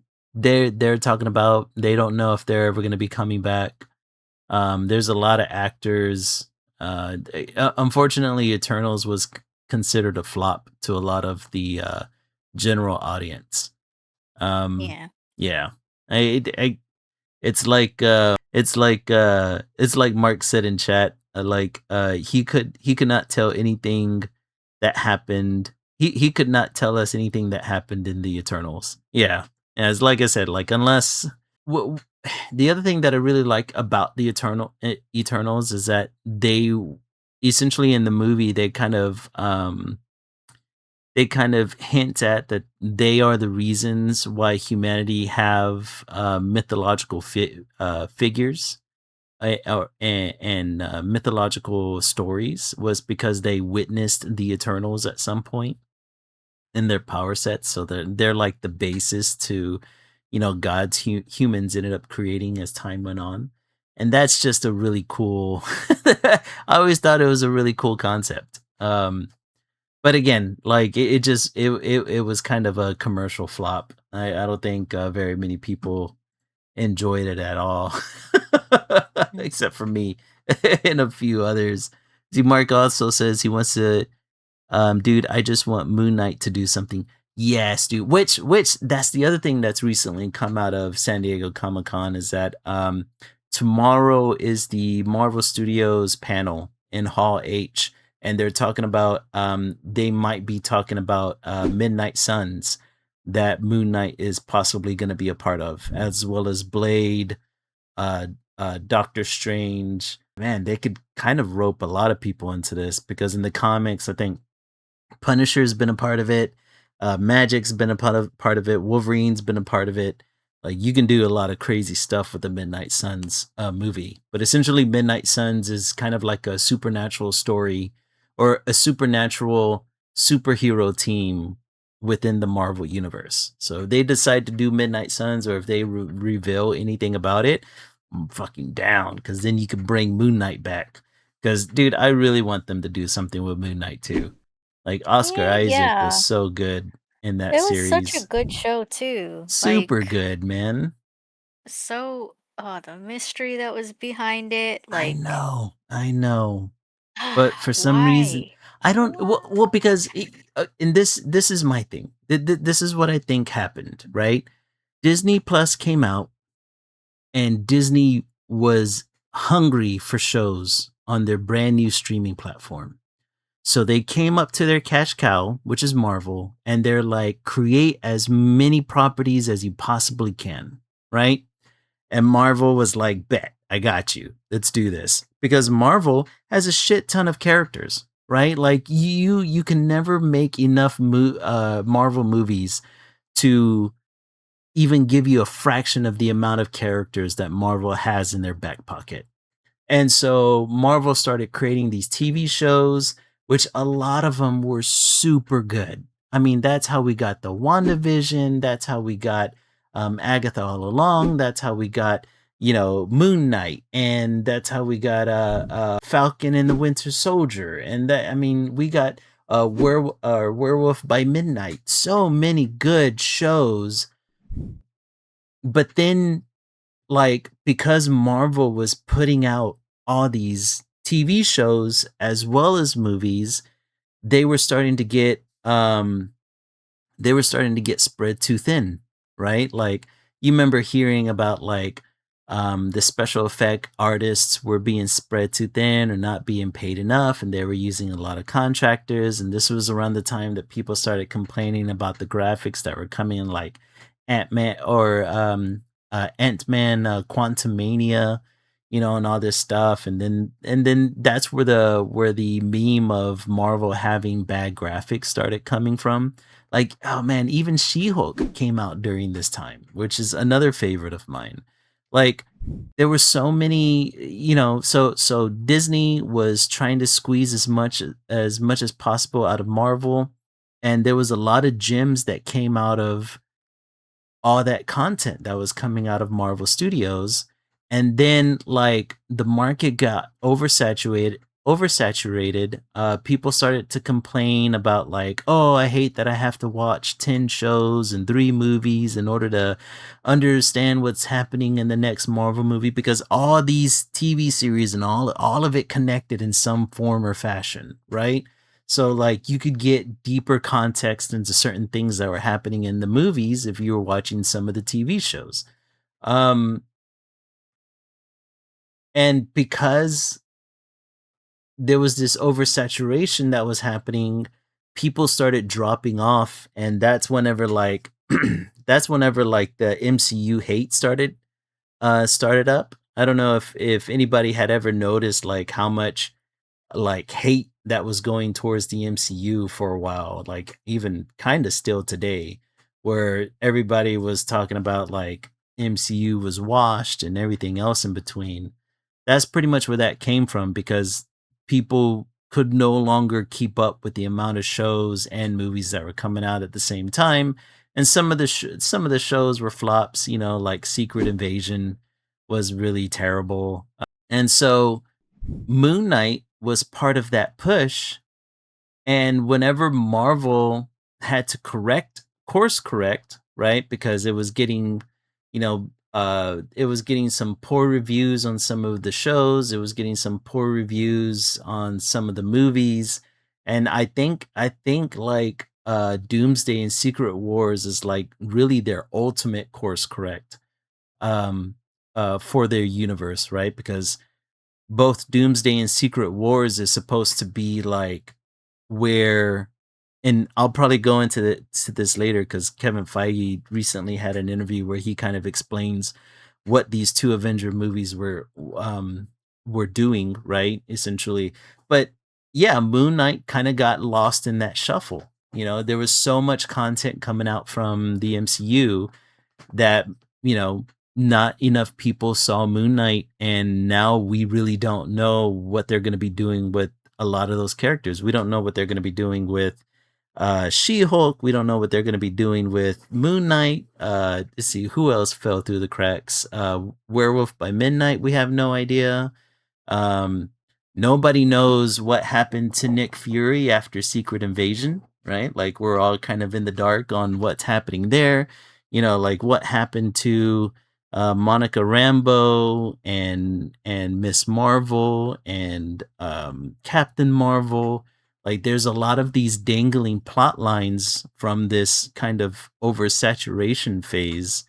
That that's the reason why a lot of these characters are kind of left dangling.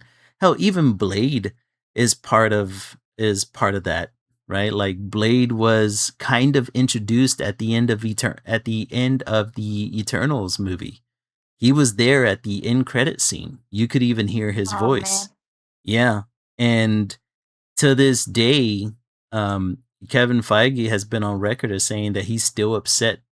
What did he say? He said he feels like a loser that he hasn't been able to get that movie off the ground yet. So yeah, yeah. But so that leads me into just before Mark said there's only one blade and there will only ever be gonna be one blade. that's that's what Wesley Snipe thinks. But that leads me to Kevin Feige did have an interview whenever he was visiting China for their what was it called? Billy World Expo, and he was talking about Avengers Doomsday as well as Avengers Secret Wars. And essentially, what he was saying is that Doomsday and Secret Wars is pretty much going to be introducing a brand new universe that's going to be easier for audiences to follow. So that's what I meant by Marvel is trying to kind of like course correct and reset everything. Let's see. Kevin Feige said that it will establish a streamlined, simplified, single universe that's easier for audiences to follow. Some aspects will feel familiar, but many things will be entirely new. Let's see. So it could be essentially what this is alluding to is that we could possibly be getting new actors for old roles. Um, yeah. Mark's asking if I ever watched Ironheart. Yeah, I did. I did watch. I kept up with all the Marvel TV series, all of them. I don't. Ironheart was. I don't know. I wouldn't say that Ironheart was a bad show. I think it was interesting that they introduced Mephisto. And I like Baron Cohen as being Mephisto. I think he played a really good. Um, I think he can play that kind of devilish, deal making entity, and I hope they use that character more. Um, Especially since we haven't seen him since Ironheart, and he technically is supposed to play, or I say this because in the comics he plays a big role in Spider-Man One More Day.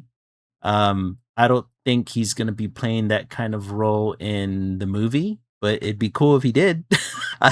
I wouldn't hate if he did. But yeah, Ironheart wasn't bad. I just think, and actually, I think Ironheart had a pretty good character story within it. But I think if Ironheart kind of felt disjointed because it alludes to other universes like the Wakandan storyline, and unless they kind of rope her into the movies, it just kind of feels disjointed from the rest of the MCU. Because I mean, like she was one of the characters. Um, well, actually, Mark is asking, isn't Mephisto also involved in the Ghost Rider comics? So there's a difference in the comics. There's a difference between the devil and Mephisto. Mephisto is a form of a devil. He's kind of like the devil of the MCU, But in the MCU, there's multiple rulers in the realm of hell. So he's just one of the rulers, I guess I should say. I think he might. I don't know if he's the one that makes the contract with Daredevil though. I know he definitely makes a contract with various other characters throughout the years. Like I said, like he made a contract with Spider-Man. But yeah, he's always kind of been like this background player that has manipulated characters here and there. Um but Kevin Feige went on to say, going back to what we mentioned earlier about attracting young people and connecting with the new generation of audiences, that's exactly what the next universe will be about. And fundamentally, the X Men will be at its core. Acquiring the X-Men rights isn't just about, for example, Wolverine is an outstanding character and we're able to team up with Deadpool, which is great, but X-Men is far more than just Wolverine, far more than the original team. Fundamentally, it's a universe, a multi-stage saga. Much of it is what we're working towards. So, yeah, this the next two Avengers movies, from what Kevin Feige is saying, is going to be kind of a soft reboot for the entire MCU. So it makes it, since it's a soft reboot, I think they could bring back characters like, Scarlet Witch and Moon Knight, and they can bring in pretty much all these characters that we have seen there that were kind of left behind through the TV series, or kind of the loose ends that we've seen in some of the movies in the multiverse saga. But for the most part, it's starting brand new. And according to Kevin Feige, he says um, that we were just in Marvel Studios meeting room planning movies all the way up to 2042. So they're planning for a shit ton more movies. And like I said, they have enough characters for it, man. And then he also made a comment about a live action Miles Morales is even possible in this new universe. So I don't know. I'm I am s- I am so I am anticipating what's going to be coming, not only from the new Spider-Man movie, which of course everyone still doesn't know who City Sink's going to be yet. I think they're playing with the idea that nobody really knows at the moment. And then what's going to be happening for Doomsday, man. Like everything that's coming out of Comic-Con just sounds freaking amazing. Let's see here. Oh, I wanted to ask you, the other thing that was recently released, Lily, did you see the trailer for Avatar Seven Havens? Seven Havens. Yeah, I did. I'm reserving judgment right now. I The animation is different. Yeah, I noticed that The too. style, yeah, the style is different. It's Mhm. more like that one show that recently came out looks like She-Ra. I think that's Oh yeah, the name She-Ra. of Yeah. it.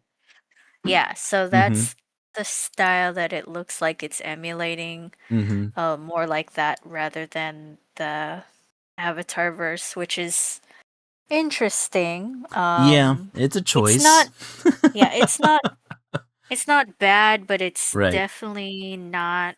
It doesn't. It kind of doesn't feel like Avatar, and then like from what I've seen with the bending, it does feel a little stiff. But Yeah, I had I'm noticed that hopeful. I had noticed like the frame rates for the animation seemed a lot lower. It's not as fluid as I'm used to Yeah, with the Avatar series. Um I don't know if this is because, I mean, I'm assuming Avatar Studios are going through the same production houses. Um I'd be but at this point, right? We've had this discussion a number of times at this point, right? Like I don't know how much production houses really matter whenever it comes down to animation style anymore. right? Like I think that a lot of the times animation style really comes down to whoever is directing the series and what they're looking to get out of the property. So, I mean, this is coming from the same creators. I don't think there's any the showrunners are any different. But yeah, it definitely looks different. The story is really it sounds really interesting though. Yeah, twin benders, Mhm. twin avatars. Yeah. Um, I don't know too much about it. I just found it interesting that Korra was depicted and that um like throughout the years I have been trying to look at Korra more sympathetically just Mhm. because like when Legend of Korra came out, it was very messy because Yeah. she, the the studio wasn't greenlit for that many seasons. It was only greenlit initially for season 1, so it was supposed to just end there. But then it became, obviously, as Avatar does, it becomes popular. So Yeah. they were Yeah, of like, okay, course. we're going to greenlit a second season. And then they were like, but you're only getting that. And then that became popular. And then they're like, no, wait, you get greenlit for a third season. So Mhm. it's, it became very messy and they didn't know where the story was going to go because they didn't anticipate the story going that far. Yeah. So, and you can definitely feel that when you watch it. And yeah, like I remember watching it and not really liking it because of how they wrote all the characters and um obviously n- you know coming to terms with that is just realizing more they weren't allowed that time to help flesh them out properly. Mhm. Mhm. So you have to give them grace. And then also like you have to look at Korra as a different entity than, like Aang. Like she Yeah. obviously she's going to be a different avatar. Mhm. She's a teenage almost adult woman who Yeah. is, you know, um who is a woman as Mhm. opposed to a little boy, Yeah. who deals with her own types of problems and this and that, and they're also in a different world where the politics are different as well. Mhm. So, you kind of have to give grace and be like, yeah, she's a young woman, just a teenager, Mhm. um, dealing with all of this crazy shit. Like, Right. obviously, she's gonna mess up, like Yeah. Aang messed up plenty of times. Yeah. Yeah, exactly. You know, Yeah, yeah, I it's I remember mm, whenever I saw, The Legend of Korra, I ended up really liking the series, because of this idea that it explored the spirit world a bit more, yeah, um, and she was struggling with this idea of merging, the world and the spirit world together, but in trying to do so, she kind of, like, unleashed this cataclysmic event. And I think it's really interesting that in this new series, because of what she did, she's kind of seen as being like a bad guy. Um, yeah. That's where I was going with it. That yeah. they that us trying to like give Cora some grace and Mhm. like she's not all that bad, she's a good avatar and this Yeah. and that. Seven Haven come out and they're like, no, actually Cora was a bad avatar. She she Well, the thing is, but I'm wondering whether or not it's like if that's just a perception of her or whether or not yeah, like the exactly. show's trying to say objectively she was just a bad person because she wasn't a bad person. She Mhm. sure she was a bit arrogant in what she thought she could do, but ultimately it was kind of like um she just made a bad decision and then Yeah. yeah, and just kind of threw off the balance. But I Um, mean like it could be a improper depiction of her, maybe like a mhm, spirit, yeah, or like the spirit world is still angry with her decision and what she yeah, did. So that's like a spiritual embodiment of her. Like that's not actually her, but that's yeah, just how yeah, the spirit world depicts her. Like she's just this scary, angry, um, stubborn person that they don't really like, so that's how they depict her, and Right. that's what you see when, you know, Whatever the they new showed her in the characters are trailer. coming. Yeah, but who knows? I don't know. Like, it'll be interesting to see. Now, Yeah, I one of think. one of the Mhm, things I wanted to bring up, because as I was looking up this trailer, and the news that was surrounding it, is that Paramount Plus, they're gonna be releasing it on October 29th, but they're mhm. releasing all 26 episodes on the 29th. Wow, Now, really? That's yeah. crazy. Now here's the thing. Whenever I hear about a studio dumping an entire series at one time, that's never a good sign. That's never like it reminds me of whenever Marvel released Echo, right? Now, mind you, Echo was being released not only on Disney Plus, but it was also being released on Hulu, and it had close ties to Daredevil and the Kingpin, right? Like both Daredevil and Kingpin appeared in this show, and it was kind of like introducing a brand new hero. But Marvel dumps this show one, the moment it was released, you had access to all of the shows, so you can binge it. um Almost, and the reason I think that it's a negative action for a studio to take is because doing that doesn't keep the conversation going for people who are watching, right? A lot of times, whenever you dump all the episodes at one time, it kills the ability for a show to live beyond the initial release date, right? Because whenever you're releasing a show weekly, right, as episodes are coming out, people are talking about the show throughout the couple of weeks. But if you just simply dump a show so that people can binge all at one time, the conversation and the online presence for the show disappears really quickly. And it usually shows that a studio doesn't have a lot of faith in the property, or it doesn't have a lot of faith in the studio that produces the property, right? Um, and I say that because, like with Echo, they just kind of dumped it all in one fell swoop. And then you have Daredevil, which is, one of their best shows, and that was released on a weekly schedule.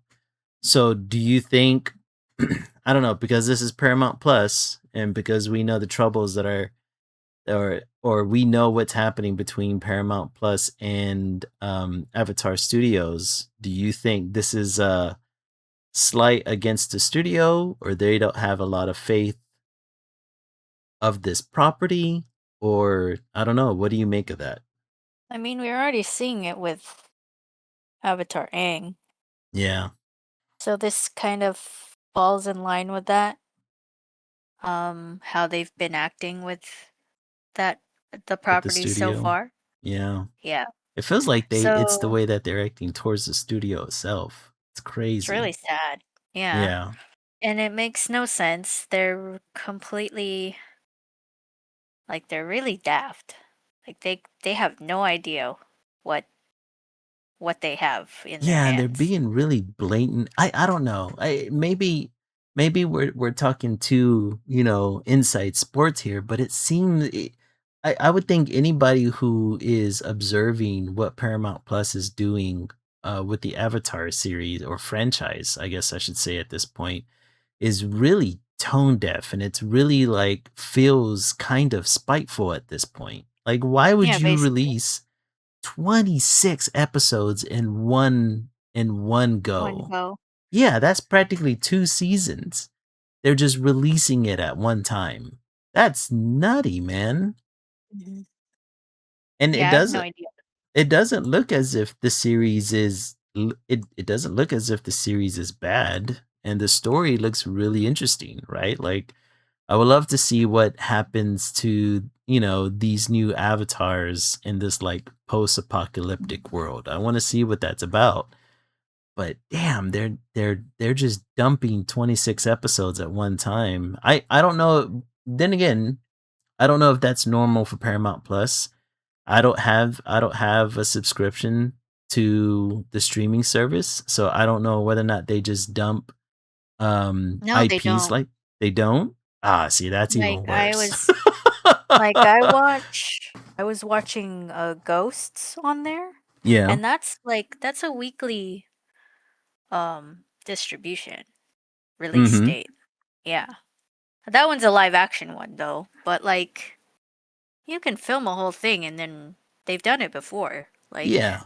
Stranger Things, right? Stranger Right. Things did that, you know? So, Mhm. they don't usually do this, so That's it definitely weird, man. feels yeah, it definitely feels like they're doing it on purpose, Mhm. which is really dumb. And Really, really dumb. can someone just buy Avatar Studios? Like, save them? Yeah, somebody we need to somebody definitely needs to save that studio.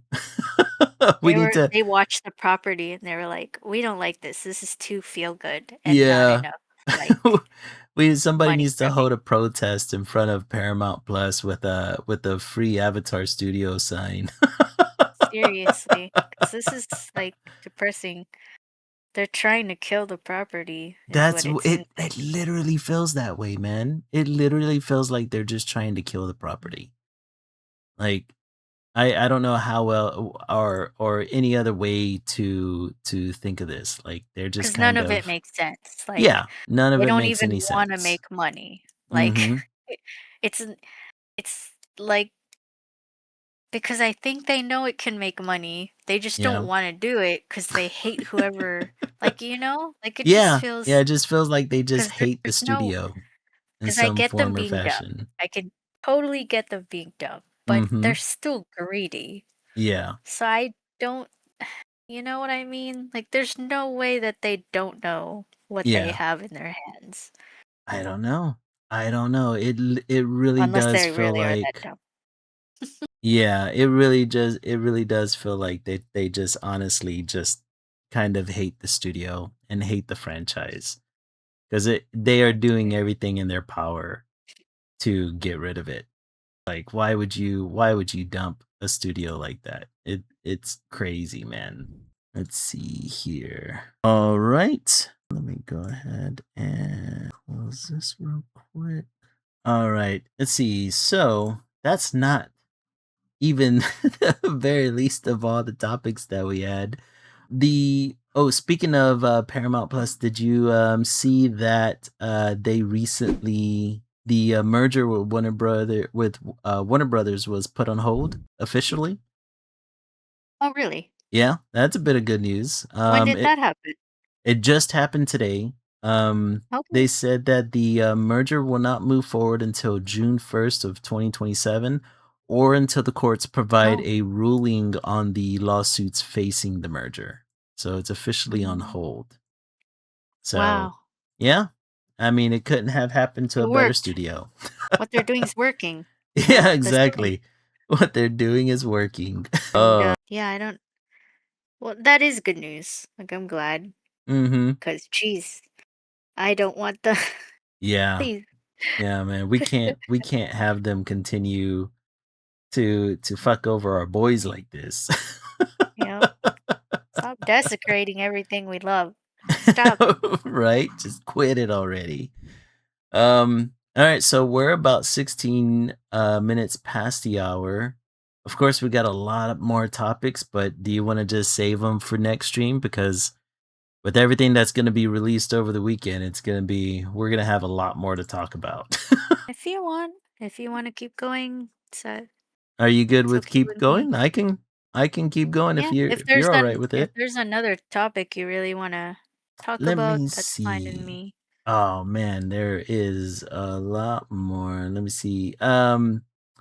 So you know how we were talking about the all the dangling plot lines within the MCU and that we hope that some of them come back?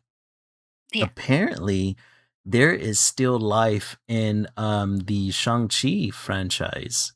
It was recently released that Destin Daniel Cretton, which is the director to the first Shang-Chi movie, and he's currently the director to the new Spider-Man movie that's coming out. He said that Shang-Chi 2 is currently in development, and that he was recently talking to the writer, who is Dave Callahan. So fingers crossed. He said that they're moving forward on that movie soon. Did you ever get a chance to watch Shang-Chi at all? Yeah, I did. I liked it. Oh And yeah, it's one of the better Marvel surprising. movies. That's surprising to hear because he's in Doomsday. Yeah, yeah, he's definitely in Doomsday. He was in the trailer. Yeah, so was there not uh talks about it It was too? it was another one of those IPs that were kind of up in the air. Like, Mm, it was one of those thing, kind of like Blade, right? Where it was like, is it gonna happen? Is it not gonna happen? When's the next time are we gonna see Shang-Chi? Um, and everyone was thinking that Marvel just kind of left the character by the wayside, but he's definitely going to be in Doomsday according to the trailer.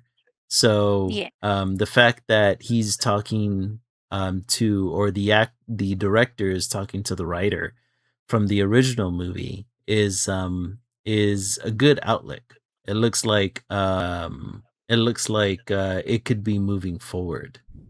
Let's see. Mark says it was good, like them in the Marvel Zombie What If series too. Yeah, dude, the Marvel Zombie What If series was so good. Um, I didn't watch that. you didn't watch any of? Did you watch any of the What If series? I watched the initial one that Mm-hmm. came out. Yeah, Um, the first the season. mini-sodes Yeah, where it yeah. shows you different scenarios. Mm-hmm. So I watched that and I liked it. It was Yeah, pretty interesting. Mhm. yeah. The animation for that was different, right? Like they're essentially utilizing 3D art, but making it look like 2D art, which I thought was really interesting. Yeah. Sometimes it felt a little stiff, Mhm. but it definitely got better as the series went on, and then Marvel Zombies. It was really showing what they could do. It was So really it's just freaking good. so it's just a whole series covering that premise? Yeah, yeah. So I think they originally introduced the premise in, like, was it the first season? Yeah. Or yeah. I remember they briefly showed it and Mhm. Scarlet Witch was like the head zombie. Yeah, yeah. Yeah. So it's that exact same story, only that they expand on it more. On how many episodes? Oh man, I don't remember. I think it was, let's see. What is zombie? Yeah, I think Mark's right. It was somewhere between, oh, okay, so Marvel Zombie was only 5 episodes long. Okay. Because Yeah, I so was about to it's say, not like, that long. it can't be like how far can you get into a how many episodes do you need to talk about everyone being zombies? Well, Or is that it's really cool because they kind of, like, show you the story through, Miss Marvel's perspective. and Um, she's not a it zombie? No, she's not a zombie. It's Miss Marvel. What's her name? Crap. She was in Hawkeye. She's Hawkeye's sidekick. Oh no, Katie something. Crud, I can't remember. And then the character that played Ironheart, Riri Williams. So it's those three starting off in the beginning, and it's showing them kind of like surviving in this new zombie world and trying to fight their way. Kate Bishop is her name. Good save, Mark. And it's showing that they're trying to get to a safe haven, in order to administer a cure for the zombies, trying to save the world essentially. And it's them going on like this road trip, trying to to survive amongst all these superheroes that have been turned into zombies. And it's a really cool story. A lot, and a couple of times it's pretty heart wrenching too. I mean, I like Um, zombies, so I'll yeah. watch it. Oh, dude, you gotta check it out. It's really good. Mhm. And of course, it's using all the same voice actors, and so it all sounds pretty authentic. I Okay. really enjoyed it. I really, really enjoyed it. Um, let's see what else. have I seen come out of? One of the things that I came across was Atari and Universal Pictures have signed a deal to potentially make 10 movies I read based on that. their old video games. And one of them was listed as Pong, and I was like, "How are you gonna make Yeah, Pong?" I don't know, dude. I don't know how they would make a movie out of that. Like, I kept thinking, like, okay, if you're gonna make a movie out of asteroids, sure, right? All you're doing is shooting asteroids at the sky. You could So probably make a funny. decent story out of that. But like, how are you gonna make a movie out of like Centipede or Pong or Breakout? I I think don't I know. think Pong's the funniest one because it's like, how are you gonna do that? Didn't they Okay, is this the same one that did, Battlefield or Battleship? Oh, What is it? I hope not. But yes, it was an Atari film. That's funny, cause Yeah. that's just a board game, isn't it? Yeah, it's That's just a so board funny. game. It's I don't know, dude. It's like Universal. Well, okay, who are the ones that produce the Super Mario movies? Is that Illumination? Is Yeah, that's Illumination Illumination. is that Wait, is that no, it's wait, Universal? no, that's not wait. Hold It's on. the same people who do the Despicable Me movies. Yeah. Yeah, I thought the I think studio that's name was Illumination. Illumination. Yeah, But yeah, yeah. who is the who distributes Who is Illumination? Is that there's gotta be a Oh, parent company, right? Is that Universal as well? well, I know that the properties that is from Illumination is at Universal Studios, the theme park. So maybe? So maybe yes. So I don't know. Illumination is Yeah, distributed partnership partnership with Universal with Pictures. Universal. Yeah. Yeah. Oh man. So this is what it feels like. This is That's funny. this is my take. So you have one episode was Pac. Oh yeah, yeah. There was a in what's that? Oh no, there is a Netflix show. Sage String on YouTube says one episode was Pac Man. It was there is this anthology show. Is it on Netflix? Oh my god, I'm not gonna remember. But it was kind of like a realistic or not realistic but a more adult um uh perspective or adaptation of video games. And so they had a number of video game properties, and one of them was Pac-Man, and they played Pac-Man as being the bad guy in the storyline, and it was really, What? really cool. Yeah, dang it. I'm gonna have to remember In what it was a called. anthology series. Yeah, it's an anthology series. Hold on. Oh No, it's no. not Pixels. Cause that's Pixels is a movie, right? Yeah, No, that's not no, it. it's not the Adam Sandler movie. It's like a TV show. Yeah, it was a TV It's like What show. If, but with video games, is what Yeah, you're saying. yeah. Oh, it's called Secret Level. That's the name of it. Wow. Yeah, and Secret Level essentially takes a couple of video game properties and it kind of shows you you can watch it on Amazon Prime. That's right. And so it gives you more of an adult themed version of video game properties. And one of them is Pac-Man. And Pac-Man is kind of shown as kind of being the antagonist in this short story. So every episode is a different story. It's really cool. It kind of I reminds me of Love, Sex and Robots. Did you ever watch that on Netflix? Oh, yeah. That one's Yeah. that one's awesome. Yeah, it reminds me of that. It's in that same kind of vein of and it's all 3D animated. So yeah, yeah, I highly recommend it. It's such a good show.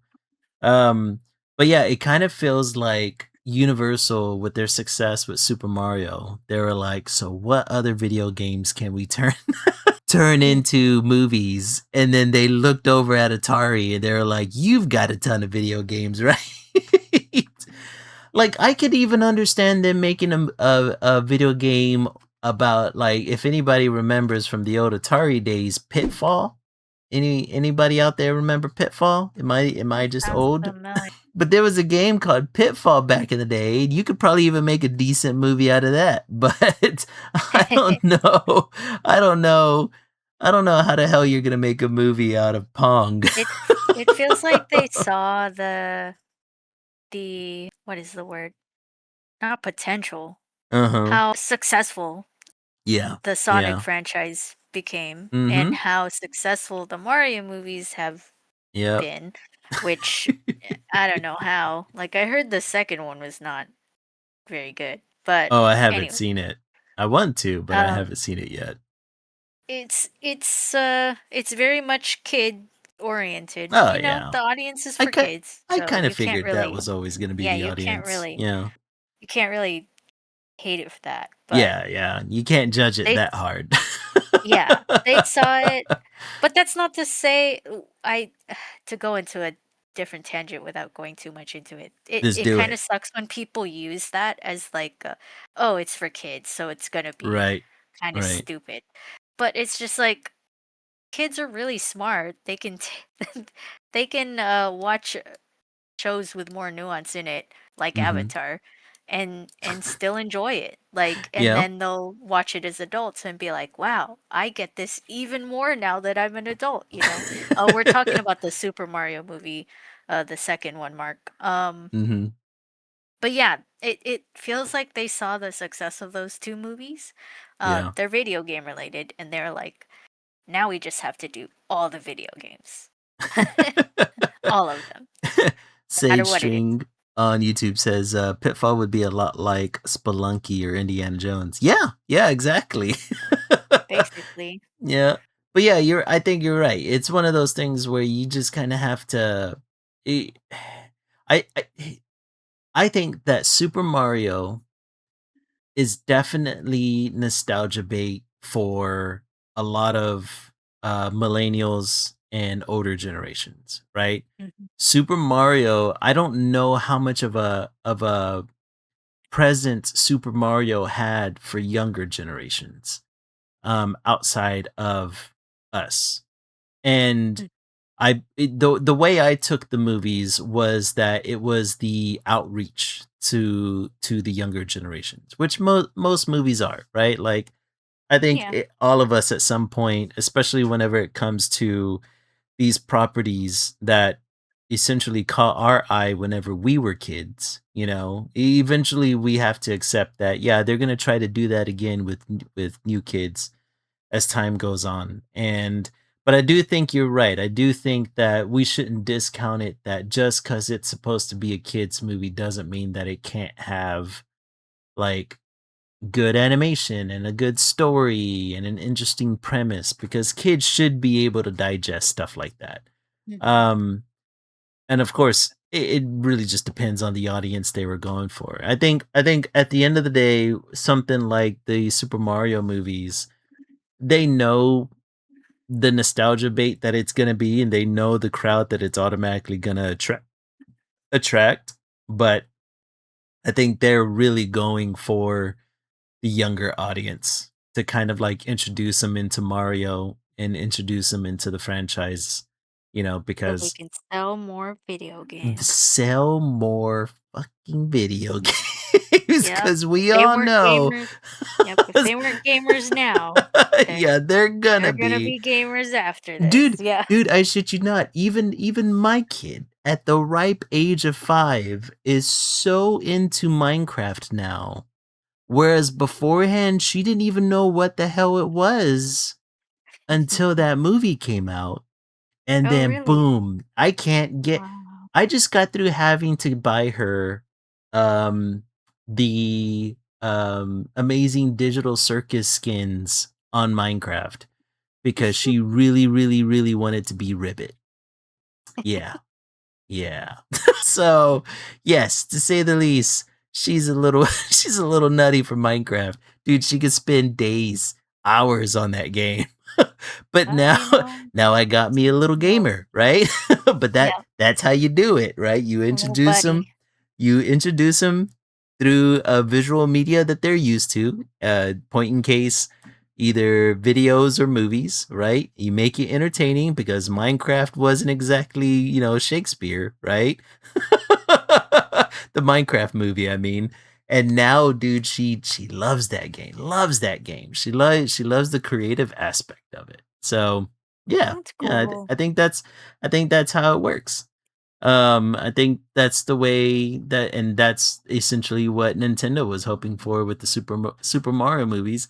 And then you have Atari properties which predate me. You know what I mean? Like, dude, these are Yeah, old what ass video games games. are you selling that Exactly. like Unless they plan on bringing it back. I the mean, little Atari? I mean, they still make the little Atari machines, yeah, they the do. all-in-one But at some machine, point, they're gonna have to update some of these properties, I guess. And I maybe the guess. movies are gonna be the vehicle for them, you know? Oh god, Mark said, look, I grew up with the live action Mario movie. Oh my god, that movie I did was terrible, too. bro. I kind of liked it. You Like, liked it? I Oh have a man. charming I have a I have a charming memory of it. Like, was it good? No, but it looked pretty cool. Like, I Was it think it even looked pretty Mario? cool. Was it even Yeah, Mario? Really? probably not, but it looked pretty cool. Like, I remember as a kid that movie kind of freaked me out a little because I used to hate the way the Koopas looked. oh, I don't remember what the Koopas Oh, looked. dude, they had the little tiny dinosaur heads on like these gigantic ass bodies. For some You know reason, what? my I kid probably brain erased that couldn't. from my My memory. kid couldn't wrap wrap his head around it. Oh man. Oh, those were Goombas. My bad. They weren't even Koopas. They were Goombas. Yeah. Even weirder. Yeah, it was such a weird movie. I remember, whenever they introduced Yoshi in the movie, like, it was a straight up dinosaur. Oh, man. Yeah, he wasn't even green. He was just a dinosaur. What? Yes, dude, But you could you gotta it rewatch it, Lily. You gotta rewatch it. I gotta see what you think about that movie maybe if I you just rewatched liked it. how Mario and Luigi looked. Like, they looked like, like, that's Mhm. it. Which is Yeah. what I'm remembering. Like, I liked how they looked in the movie. And then that's it. That's all I remember. Yeah. Yeah, you gotta watch it. I gotta see what you think about it. Cause yeah, the original that movie it was That's rough. funny. Although I did like John Leguizamo as Luigi, and John Leguizamo has always been a favorite of mine. Speaking of video games, right, Sega recently came out with, Sega came out, Sega's president came out with a statement saying that they have no plans of abandoning physical media. Huh? But then Yeah. I started thinking, what games are they releasing right now? I mean, they Didn't have a they? few Sonic ones, I think. Okay, let me look. Yeah, you gotta look it up because I honestly don't know what games they're releasing, Do, do, do, do. and they don't have a console anymore, so it's Well, not they're like releasing it on the Switch and stuff like that. Yeah, they exactly. recently released Sonic Racing Crossworlds, Mm-hmm. Yakuza looks like. Okay. Persona is a part of their What? library? Really? Wow. And Really? they're remaking Damn. Crazy Taxi, remember? Right, right, I So, remember that. yeah. But the thing So, is, like, does that mean that they're gonna be releasing their own console soon? Because if they're no, not, I it don't think they doesn't need to. matter. Well, but the thing is, if they don't release their own console, it doesn't really matter whether or not they keep making physical media or not, because if the future consoles aren't gonna be supporting physical media anymore, they're kinda screwed. I Unless don't know. now I hear me out. think. Mhm. Hear me out here for a second. Unless they're gonna be re-releasing a Dreamcast. Come on, Sega. Let's do it, I don't man. Just I make your don't own think they console. need to. Like, I don't think Sega needs to. If they do, cool. I think they See, have Mark it gets pretty it. good. I think they have it pretty good with Nintendo already. I don't know. Um, I would really like for them to bring back an updated version of a Dreamcast. That'd be I mean, pretty I'm not cool, saying man. it's not possible, but I Yeah. don't think it's like something they have Dreamcast to 2 do. Electric Yeah. Boot. And they gotta bring back Seaman if they're gonna do it too. But now with new AI features now. So you really can talk to the manfish. Oh my god. But I mean, at the very least, they're saying that that they're what did they say? They said that they assure that the value physical media culture. They assure that they value physical media culture and its fundamental part. And they seek to make sure digital and physical copies coexist in harmony. So That's good. I mean, at least we have a gaming company that's not trying to screw us. I mean, I seriously. mean, Sony needs to get their stuff together. They Seriously. and apparently there was a giant outage today, so a Yeah, bunch of yeah, people I kept on their hearing that PlayStation, everywhere. yeah, couldn't access their games. So Oh god. this is something that, is Mhm. really something that they need to pay attention to. Like It's a if they precursor. I get that you want the money, but Mhm. are you really these greedy sons of bitches that you won't even let your fan Yeah. base like play their fucking video games? Like, Mark says, so usual Sony things. Yeah, yeah, and watch tomorrow yep, we're gonna usually find Sony out thing. that all of our Mhm. information was stolen during the outage. Just wait and see. So sad. I'm I glad I mean, don't have a PlayStation. dude, it's like it's like it. Yeah, I think you're right. I think it's just like it goes to show why going fully digital is bad. Because if every Mhm, single game requires you to be online, then if it requires you to be online whenever the network's down or whenever your own personal internet is down, you can't play your game. And then B, this is just it's like you said, this is just an example of if they ever decide to erase your library, they can, and it would be instant. mhm. And there's And not a then damn thing anyone can do about it right now, it feels yeah. like.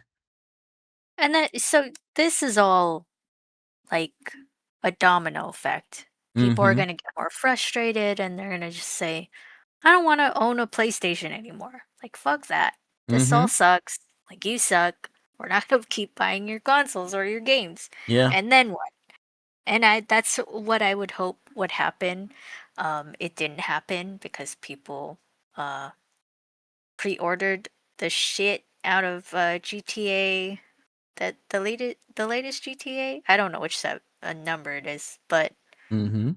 you were saying that they Oh, ordered that's gonna the be purely digital and that yeah. yeah.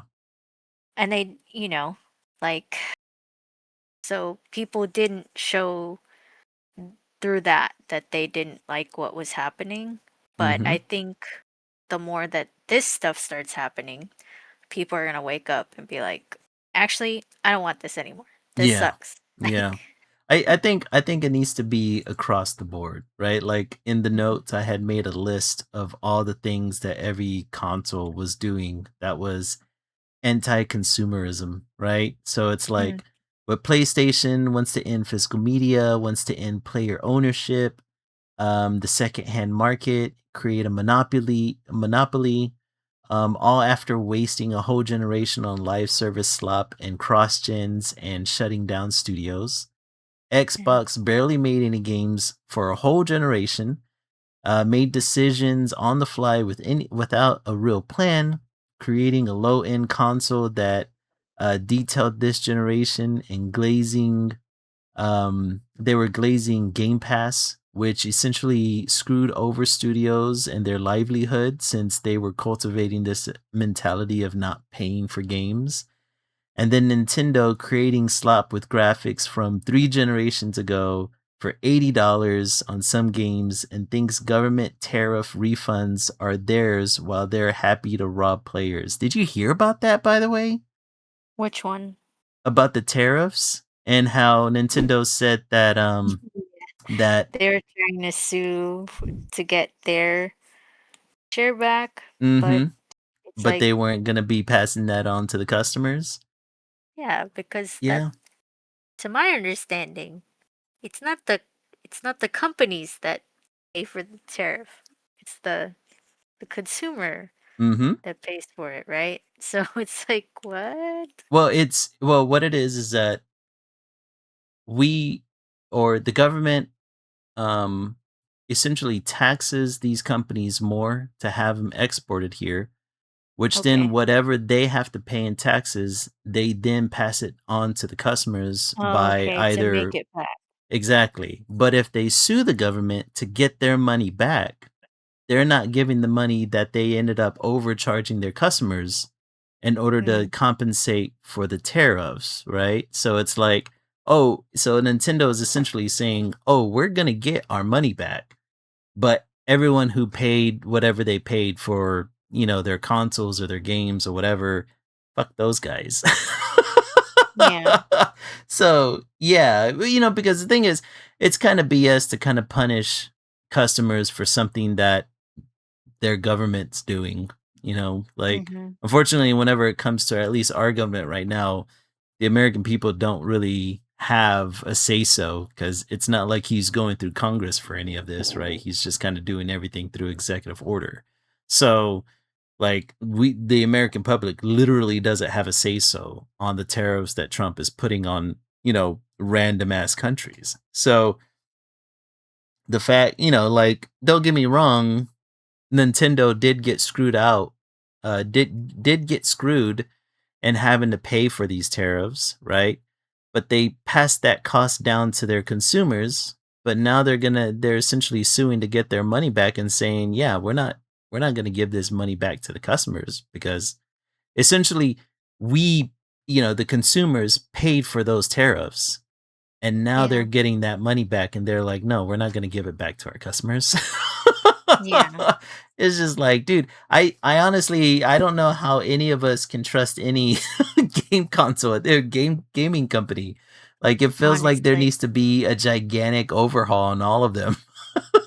Eh, in everything, really. Yeah, Everything's just greed. yeah, Greed, everything greed, needs a greed. gigantic overhaul, dude. Like, Mhm. oh my god. Everything seems as if it's gone to complete crap. Um But let's see if I can find a good note to, to end on instead of a note that just makes all of us mad. Let's see. Yeah, I mean, there's been a couple of trailers that have come out, but I don't think you're too interested in like DC's Lanterns or anything. Oh, you know what? This is a good one. The Japanese government moves to protect voice actors against AI. Oh, yeah. They announced earlier this week Mm-hmm. that they would, yeah, make moves to protect voice actors. The Okay. Japanese Ministry of Justice released a draft earlier this week claiming that a person's voice should be treated as a legally protected part of their identity. So I think that's a good move in that direction. Oh, for sure. Um, yeah. Yeah. And I think so. I recently just learned. So Mm-hmm. remember when I said that thing about my resume? Yeah.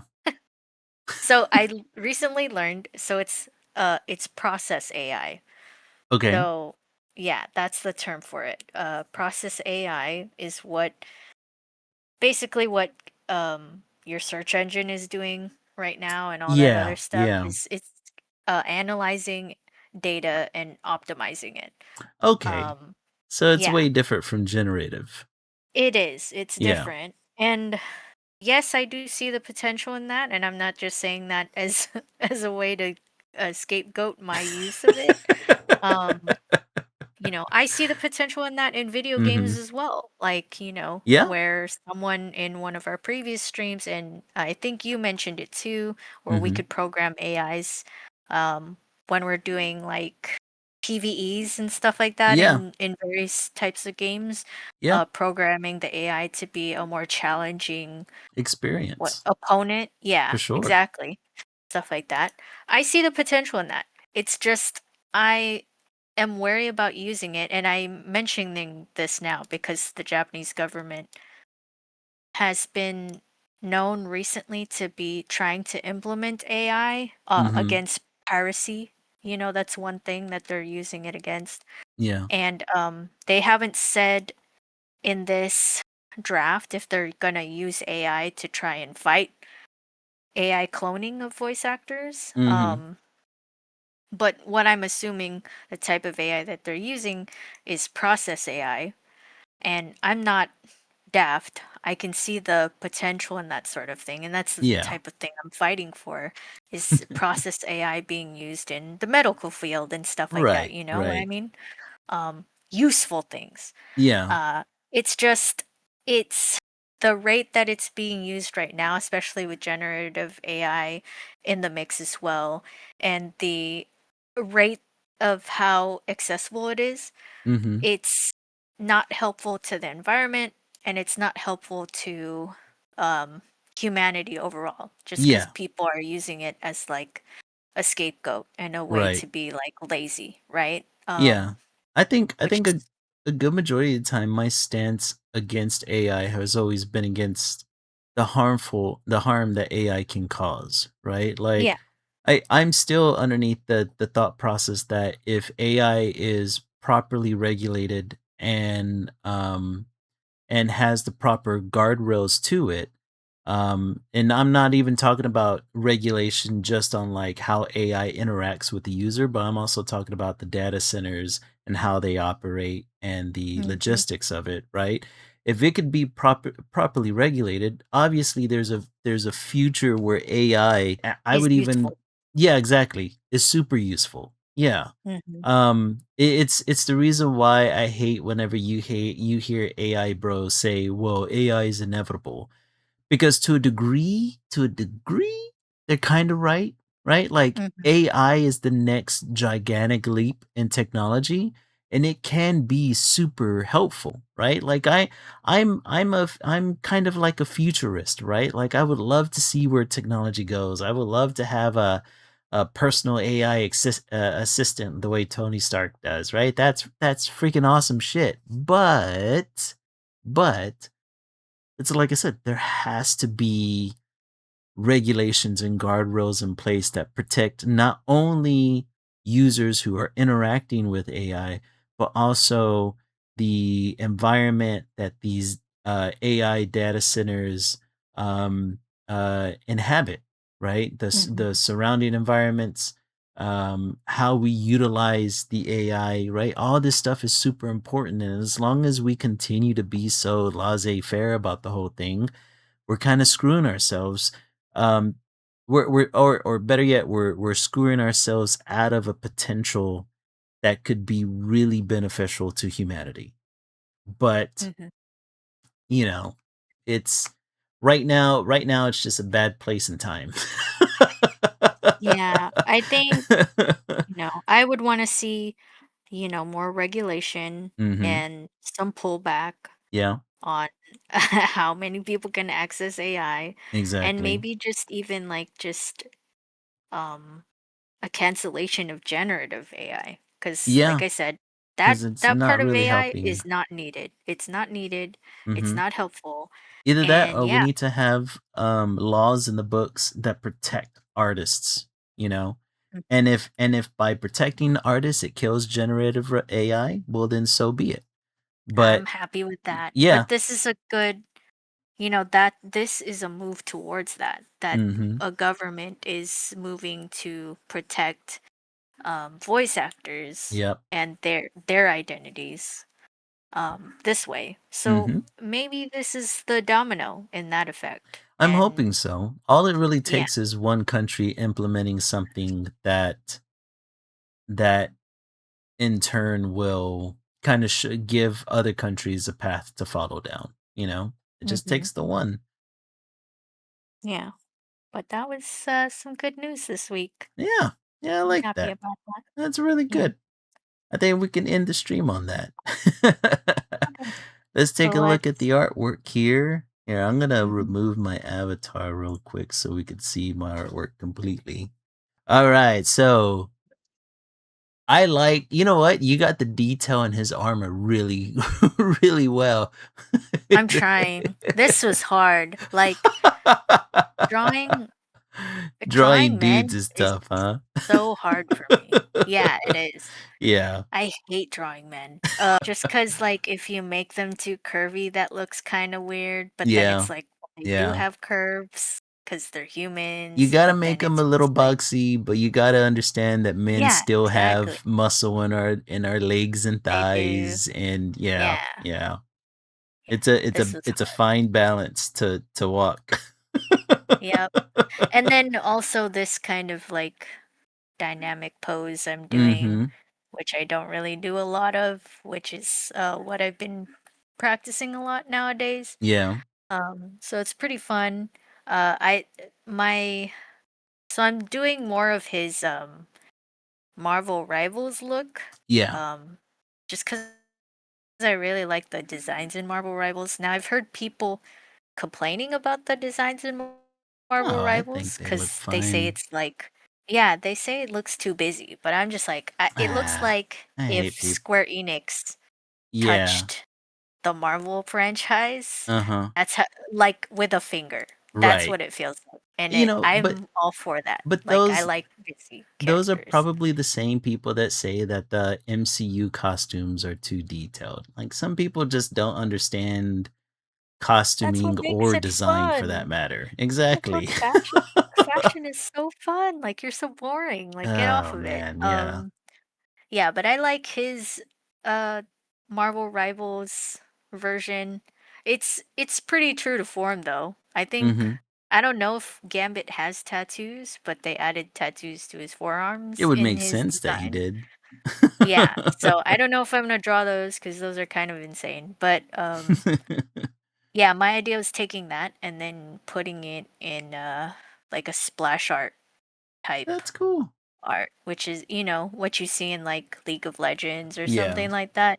Uh-huh. So, trying to emulate that style a little bit more. That's awesome, man. I like it. Thank Yeah, I like the pose a lot. I see what you're going for. And it's gonna look really cool the deeper you get in on it, for sure. yeah, And I yeah, just gotta drawing his tattoos oh, are would be rough. And but to yeah. be fair, like in the comics, he never had tattoos, so you don't got to worry about that too much. And then yours is, looking like it needs some sensor bars.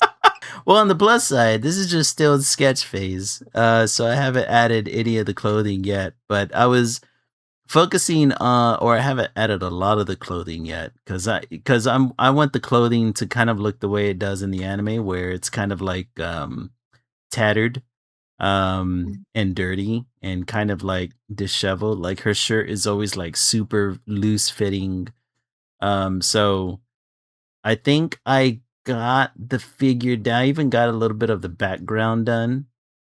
Um, and now it's just time to finish off some of the line art. So, but yeah, it's like I said, I looked for the most obscene pose, and then I turned it into a fart joke. While at the same time, I'm gonna be showing like the poverty that's gonna be all around her because I'm gonna make that apartment look dirty. That'll do it. But yeah, yeah, I think that'll let me go ahead and turn it back on. I think Yeah. that'll take care of us. That'll be the end of it for this stream, you guys. Thanks for hanging around later today to hear all of our or most of our topics. Go check out SO at SO Art Studio on Instagram, TikTok, and Threads. All the links are down below. You can find me at Lily Lilac Draws on Instagram, Threads, Tumblr, and TikTok. My links are down below as well. Thanks for joining us again today, you guys. Any support that you show us, even just sitting here and listening to us rant and or like fan girl and boy about some of the recent stuff that's been going on lately, that just hearing us and participating in that conversation is more than enough support than we need. So Right? thanks. It's always a pleasure to unwind with you guys at the end of every week. We'll see you next time, and remember, stay creative. See ya. Bye bye.